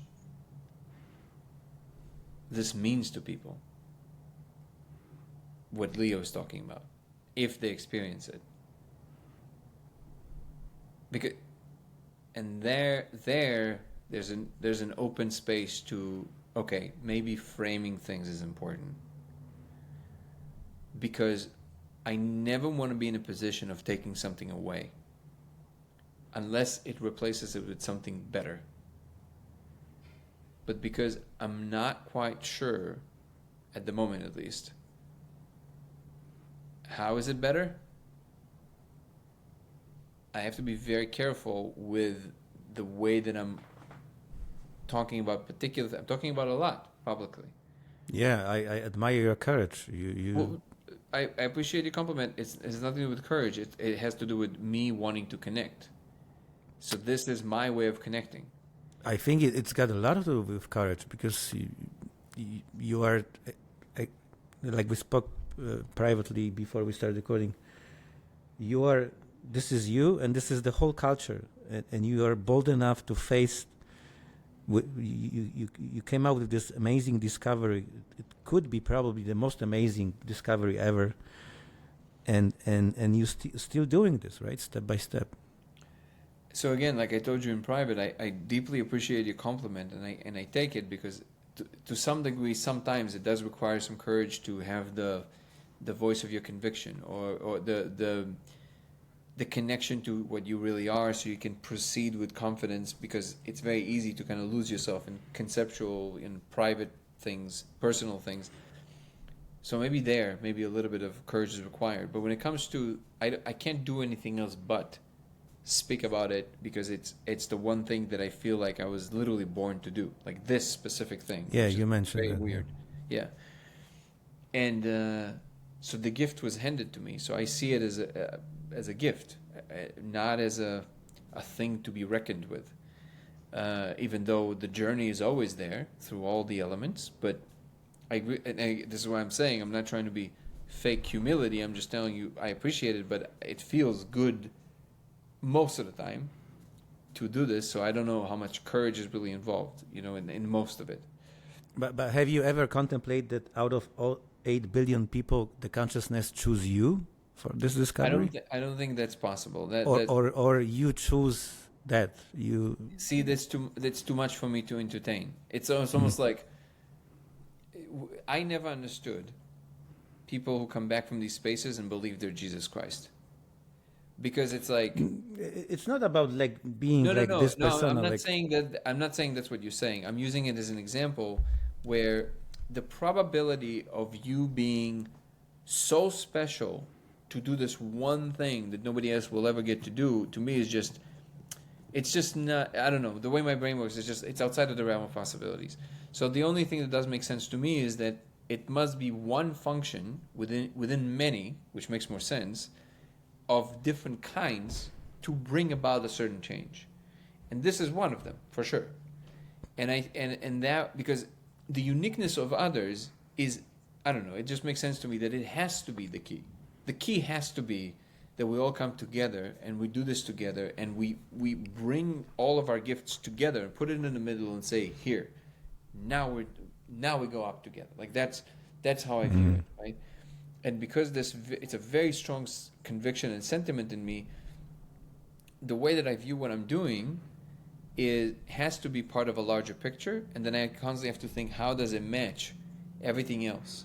How does it influence all the other ways of perceiving whatever situation we're in? And that's not a moot point. It's not like a little ornament on top of the thing. It's the central thing. Because originally, yeah, like I saw the code and I was like, wait, what? Like, because take yourself to that. There is this crazy moment you go, wait, what? What are the chances that I found something like this? There's just zero, right? The chances would be zero you wouldn't find it. The chances what? The chances would be zero you wouldn't find it. The beauty is that some, we can call it higher intelligence, knew that if you will discover it, you be sharing this beautiful message that only collectively we can do this.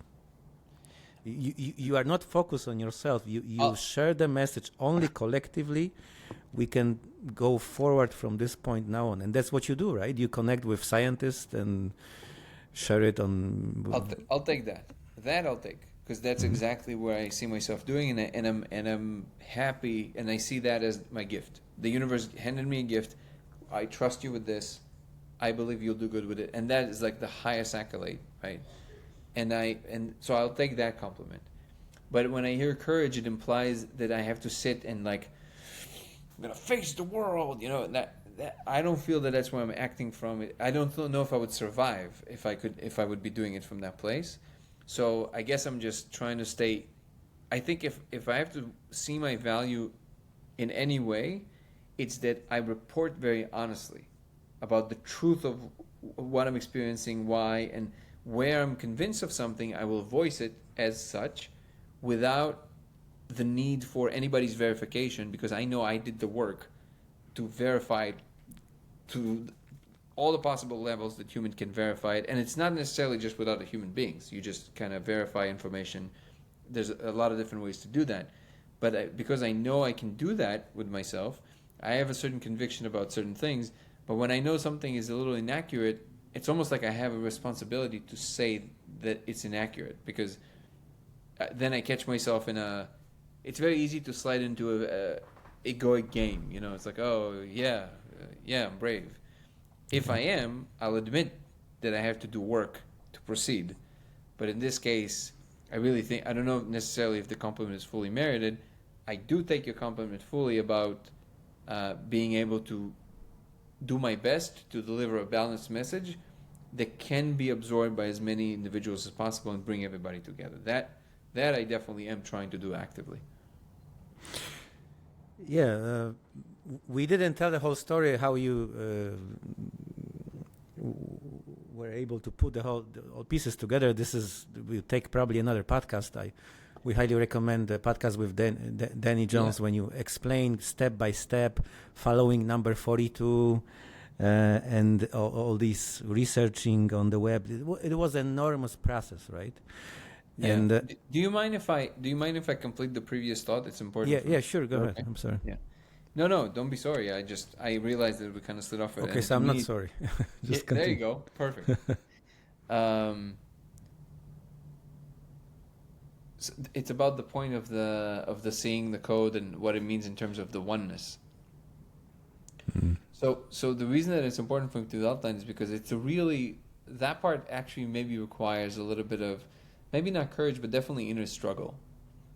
Because it's almost certain things, there are no right answers, it's just what I decide.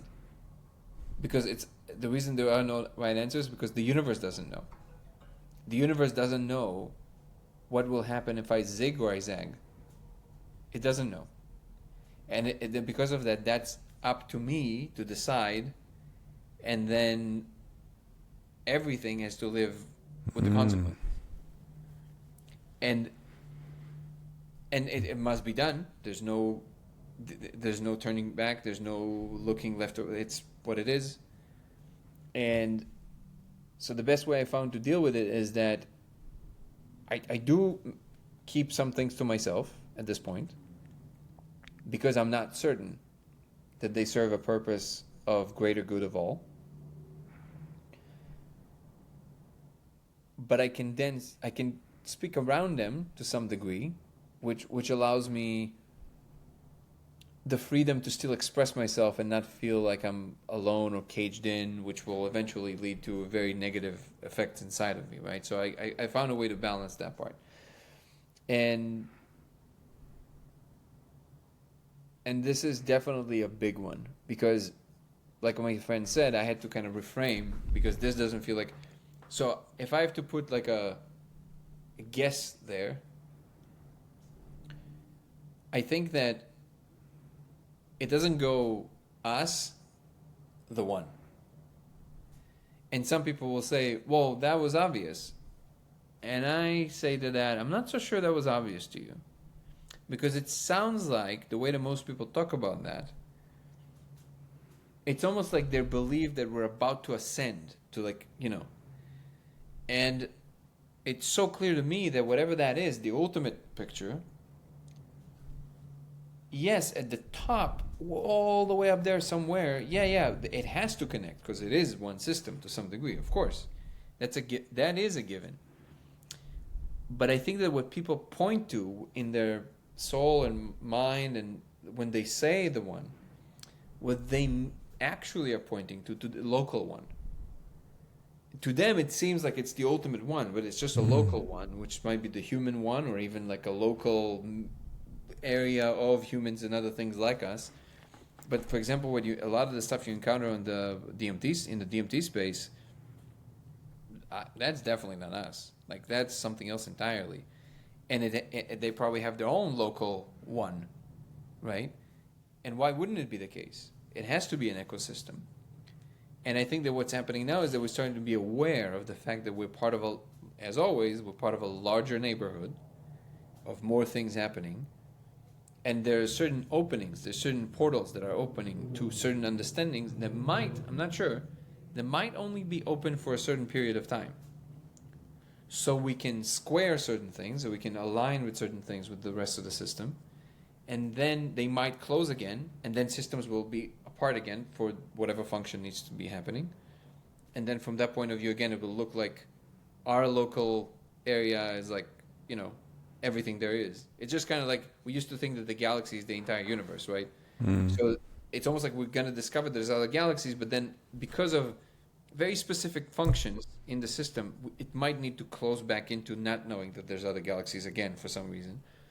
And yes, I agree that ultimately that all culminates ultimately in some kind of a state that encompasses all the ones. But I think that whatever that is so far removed conceptually, experientially, just that the reference to it cannot be made. You see what I'm saying? With our mind and level of consciousness. At all. That is the crazy part. But isn't that creating some kind of the separation or limits for? No. So to be clear, of course, this is my experience. I'm not claiming that I know this to be a fact. I'm voicing my conundrum to the extent that I can, without feeling like I'm infringing on anybody's worldview to the extent that it might do any damage. So, because the thing that I think I am adding, the value of this, is that you want, no matter if it's a spiritual pursuit or a physical pursuit, you always want your map to match the territory as much as possible. If you're in a submarine and you think you're in a ship, opening a window might be a problem. So knowing where you are exactly in the tapestry is important, I think.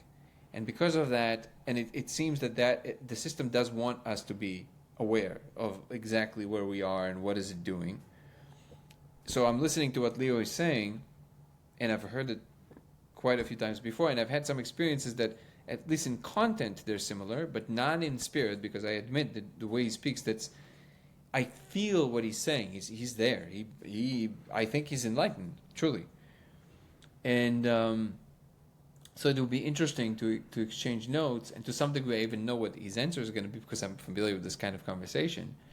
But the question is there anything new that can be added that is of value if we incorporate some elements that are more than just what we can experience through these ascending layers? And the answer might be no, by the way. The answer might be no. But I think the question needs to be asked. Because ultimately, whatever is in fact happening will happen either way. That is true. But the degree to which we have the perception of making the choices, we don't have a choice but to make them. we have to make them, and that's what my being is choosing to do. And I do feel that when I do it, I am aligned. So I can't pretend like it's not part of what the system is also trying to do. And the final point on that is that when we enter these states of like complete, like this infinite love that Leo is talking about, that seems to be, no, I don't know if you remember, did you ever watch the Toe podcast? You probably repeated this idea, but basically the part where he says that basically is, well, he says it gently, but it is the end of the world, because the second it ends everything, the second that God becomes aware, it's just, the second you start merging like fully, that instance, it is the end of everything forever. There is no, And do you think it is even optionally possible to end something endless, infinity? If you're saying that not, then you're saying that something is impossible. Okay, so I think simultaneously it can end up and open a new one. Like this is probably our mind is like 0-1. Here's the crazy part. The proposition isn't that it's cyclical. If we're saying that anything is possible, it's the ultimate snake that eats its own tail, right? Yeah. I Saying believe that anything anything is possible. then Anything the is possible. possibility that not cyclically, but everything can end forever should also be on the table. Yeah. So now, I don't. But it also would be the end of all the suffering, and exactly. But which would be beautiful. And this is why what I found. It's not like we're going to find a solution here, right? It's just fun to explore. But what I found, to me personally, what works most, that puts to some degree, my spirit and my mind to rest, is more of the Buddhistic perspective that Nirvana is it. Because Nirvana is not ultimate love. Love is has a vector. Even if it's self-pointing, like you say, yeah, but it's just pure love. Well, no, love is a vector. Love is towards something. You can say self-love, it's still towards yourself, right? Love is not just an emanating force. It has because, and the reason we know it has a vector because it has power. Even the way that Leo is describing it, Nirvana is not that. Nirvana is the ultimate equanimity. It's the full dissolution of form to such an extent that there's zero attachment to anything. Yeah, and zero reference points as well. If you think of, exactly, no reference points either, which is why it's unfathomable to anything within existence, which is also probably where the answer to the ultimate question exists. But the paradox is that when you are like Nirvana, there is never, ever even the need to postulate it ever arise. To me, that is the ultimate state to actually aim for, because it is truly, if you think about it, the thing that you can actually be forever without any problem. It just is. And there is no boredom, no time. That's nothing. form. That's form, right? I love the idea. So when are we gonna get there? We should ask Leo. Maybe he achieved Nirvana. It sounds like he achieved the ultimate love. I don't know about Nirvana, but yeah. I mean, so look. In the end of the day, the way that the bow that I tie on these kind of very, on the one hand, long-winded, on the other hand, very rewarding, at least for me, conversations. So first of all, I want to thank you for that. Thank you so much as well. Really, I mean that. You're incredible what you do. And is that we have to give our conviction its power. Otherwise, it's pointless to have it. And if we say that we have to get our conviction its power. Yeah. So what I mean by that is that people very often would say things like, they would say thing in the direction of, right, like awakening, nirvana, all that stuff, but it would look like they want to have the cake and eat it too. They want to talk about it, but they don't want to live the path towards it. It's the Navy SEALs, the old-fashioned sentence, like everybody wants to go to heaven, but nobody wants to die. So it's like, if you're saying, this is all obviously from conversations I've had many times with good friends that are very much like, they also like seekers and they love, right? So this is an example of a conversation I had with a friend of mine who's very much he's experiencing now this thing called what we would call the awakening, right? And you notice it. It's noticeable. He's very different. He's behaving different. Mm-hmm. It's not an act. He's definitely experiencing it. But I told him something interesting. I was like, look, it's like I can just be, with my wife, and I can just be there. I feel like I'm dancing with Nirvana. I'm like, well, look, if we're gonna be looking towards guidance in any space, the wise thing to do is to look towards the experts. And who's the expert? If you're talking about Nirvana, the Buddha. There's no question about that, right? Mm-hmm. So then, according to the Buddha, who said basically nothing ever about the metaphysical, which not a lot of people know, which is interesting. Oh, that's superbly interesting what you just said. Yeah, he never said a word about the metaphysical. This is all Buddhists. But the Buddha never said a word about it. Because it would be content and it would be attachment. The only thing the Buddha ever did is show you the technique. Anybody who would come to Buddha would just like, sit down, pay attention to the breath, pay attention to the body. There we go. And obviously he would have allegories and stories. That's true. He would teach people through like stories. But he would never mention higher realms, lower realms. He never said a word about that. But the only thing he ever commented on was about Nirvana. And they asked him, like all the questions that we would have, right? What is it? Like, what is outside there? Is there boredom? Do you just, is there coffee? And he, if I remember correctly, the gist of the conversation was basically he kept on saying, anything you want is out there, but it is not the right question, and it is not the right emphasis. The point is, no matter what, you want to get out of the house.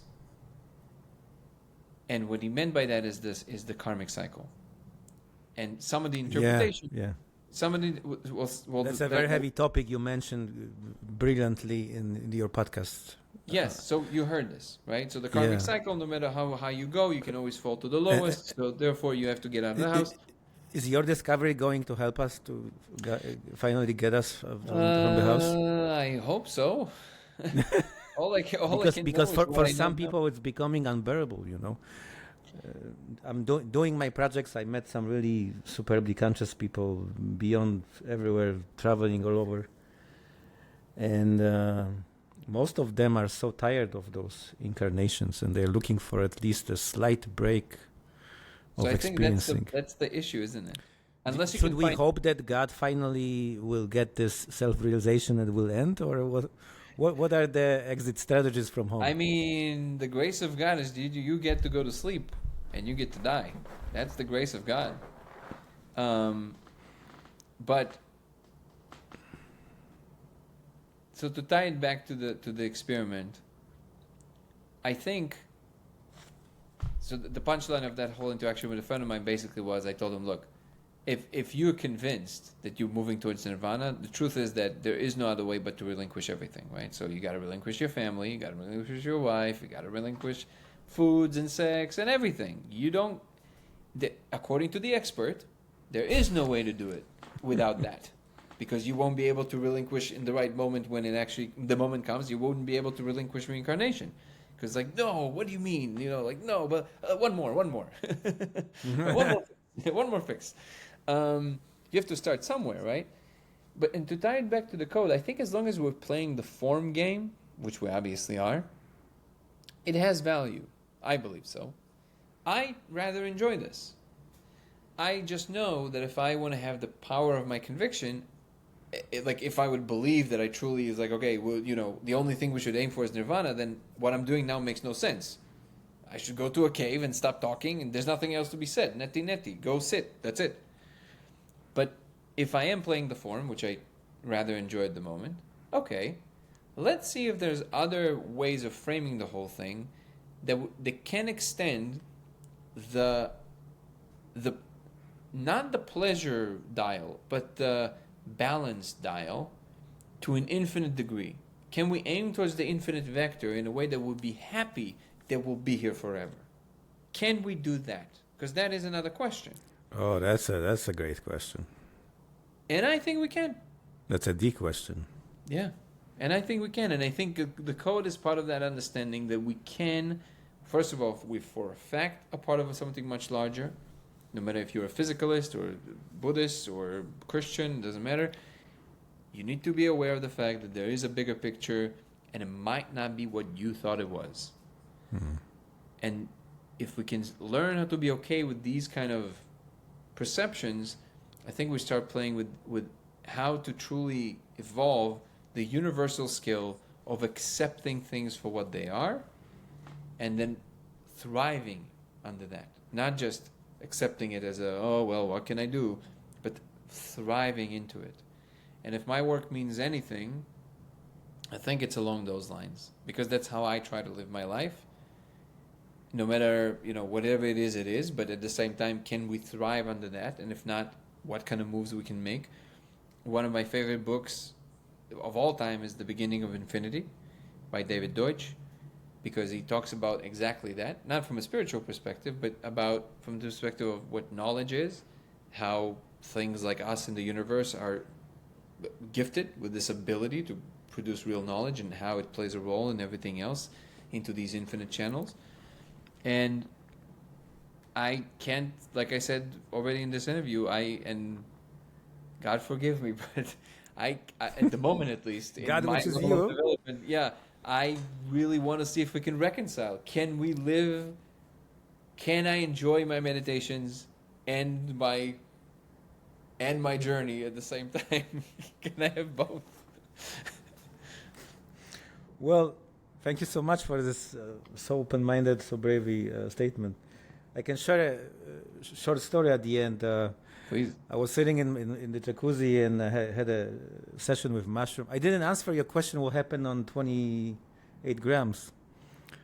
Basically, I would love to hear that. Yeah. yeah, it put me to the subatomic realm. It put me to the kind of a sleep, and I was experiencing how the beginning of infinity, like that book, or end of infinity, was created. Like for the first time ever, something detached from something else.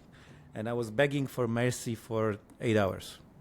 I was begging, literally begging, and some strength within me was telling me, there is a chance you are strong enough, brave enough to survive another now. All over, Wow. all over. And I was begging for mercy, please stop it. This is not doable. This is not bearable. And yes, it is doable. It is bearable. This is how we created this universe. And finally, it metabolized within me, and I woke up, and she called me, and I said, she asked me what happened. I said, I died, I reborn, I died, and then in this session, I exit the home, but I don't remember how. And so I was sitting in my jacuzzi, and I had a session with Mushroom, and Mushroom told me, if you really want to be free, that's what you just said.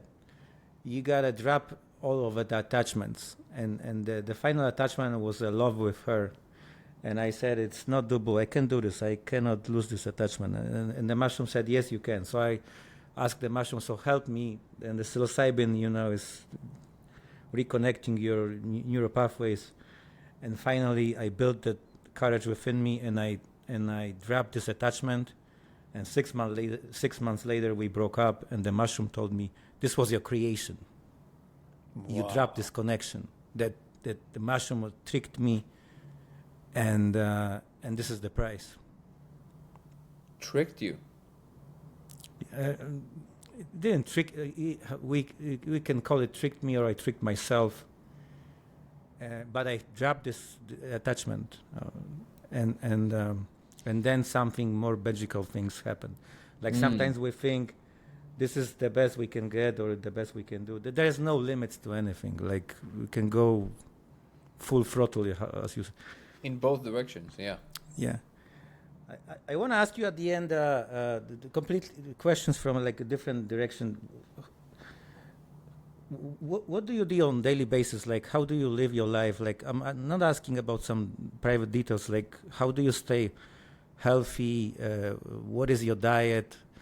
Do you do any biohacking, or how do you No. how do you help your bio machine to cope with the amazing life you have? What Maybe a that's the wonderful question. It's what a great question, man. This question feels good. Obviously, the older I get, the more I become more I've always been very physically active, but not in a conscious way. I did a lot of stuff very physical. I did some martial arts and some fighting, and I did some parkour during my life. I really enjoyed the fruits of what the freedom of the body. But I was never attentive to what my body needed. Those are very different things. And now when I get older, I'm like, oh, okay. So in the context of that, I wanted something that I can show up for every day, that has really true, like long term benefits, and something I can actually build to like almost an infinite degree, right? Like, you can always get better at it. So I chose running. And I've been, for the last few months, I've been running 5 times a week, and my goal was to first get to 75 minutes like no problem. Like the goal was to get to 75 minutes and still have a conversation without like catching my breath. And I got there, and now I'm doing, playing with rhythms in the middle. And now that I'm there, I'm like, hey, again, keep going, right? Maybe a marathon, maybe even triathlon. Who knows? Like, yeah, because it's something that the older I get, the more the value of discipline becomes very apparent. Mm-hmm.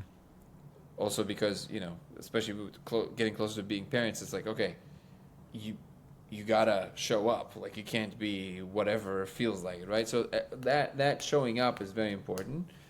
And that helps me train that as well, which is, I see it as a tremendous benefit. And I get to spend my time with like either music or podcasts or something I have to catch up on. A lot of Terrence always. And do you have a belief that we can stop aging? That we as gods? I'm almost certain that you and I will not have to die. That's for sure. No. I mean, like here, we don't have to. We don't have to. Like, now I'm not even talking about other realms. Like, you don't have to live the physical, if you don't want to. I think it's going to be more of a choice, and we also will be understanding what the different levels are and where you want to be and all that stuff. That's my. If I have to choose, 10,000 is my magic number. I think 10,000 years is how much I would like to live.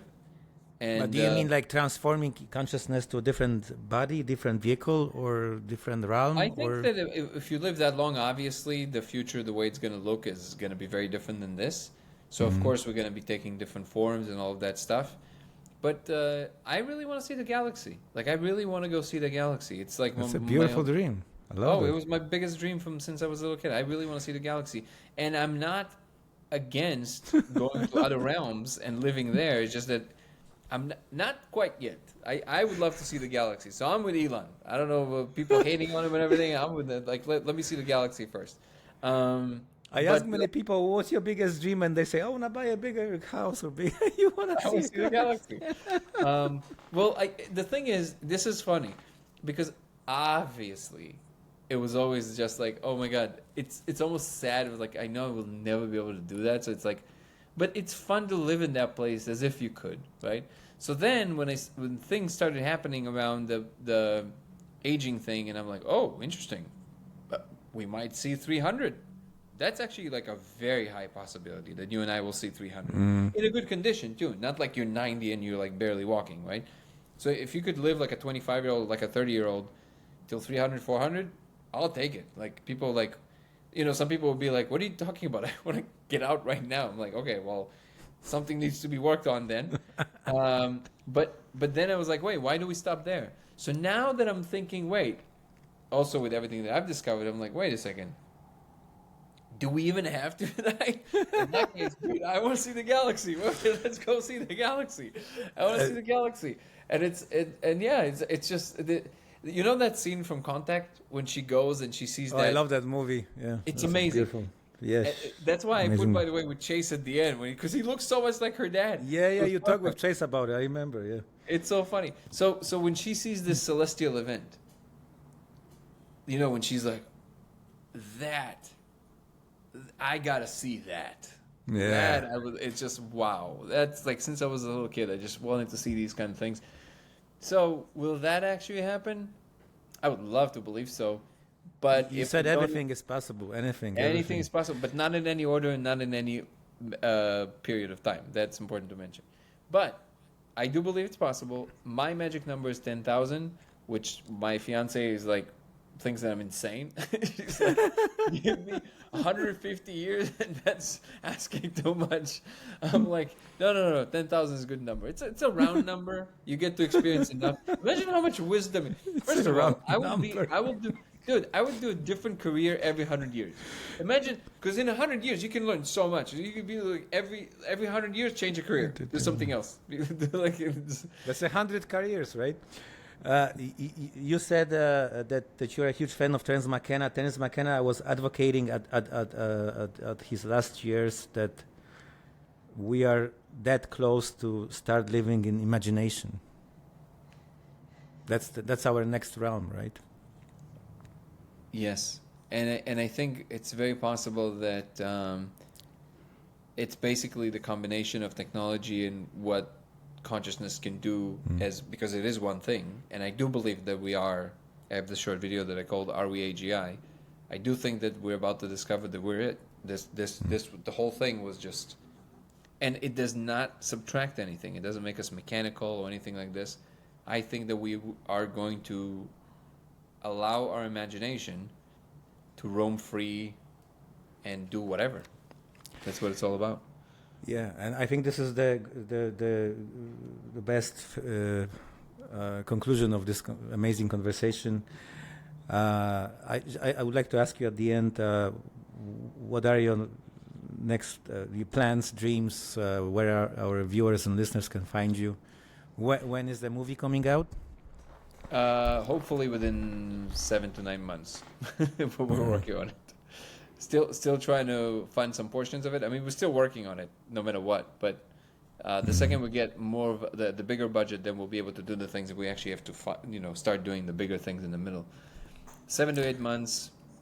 My goal now is to form an entity around the research itself, take the actual necessary steps to truly bring something about that can potentially be utilized for like real world instantiation. And beyond that, 1 second. Baby, okay? I got it, baby. Yeah. First things first. Yeah. Family first. First things first. Yeah. No, she's going through it. But yeah, so I think I want to bring that about, and I want to convince the right minds to look closer. And if I can help remedy any world ills, that would be a big goal. If it's homelessness, because that's really close to my heart. If it's unifying people's goals together instead of constantly thinking of separation. Modest goals. But wow. No, I really think it's possible. I really think it's doable, and obviously the role I'm going to be playing is tiny in comparison to what needs to be done. But I think I'll be spending the rest of my life trying to do my best to play that role, so we can all see the best and the most beautiful humanity that expands into the galaxy, but is inspired by the divine. By the rest of your life, you mean 9,900? Whatever 56 years. Whatever portion of the 10,000 years. Okay, everyone. Our amazing guest, superbly, just beyond of the beyond energy, and I'm extremely grateful for this conversation, for your open-mindedness, for your work. Dan probably made the biggest discovery in humanity. We're going to find out. We're going to make it together. Together. Yes. There was another Beyond the Courage podcast. My name is Robert Canis. Also, we are supporting this beautiful foundation which supports kids, the Gift of Heart. We place all the links in the description. Thank you so much, and have a beautiful evening and a magical life. And I hope we will see you soon, maybe 12 months from now, for another great conversation. Robert, you are an absolute blessing, truly. Thank you so much for having me. I had an absolute blast, and please keep doing what you're doing. It's amazing. I'm going to be promoting your channel. Thank you so much. Let's go beyond of the beyond.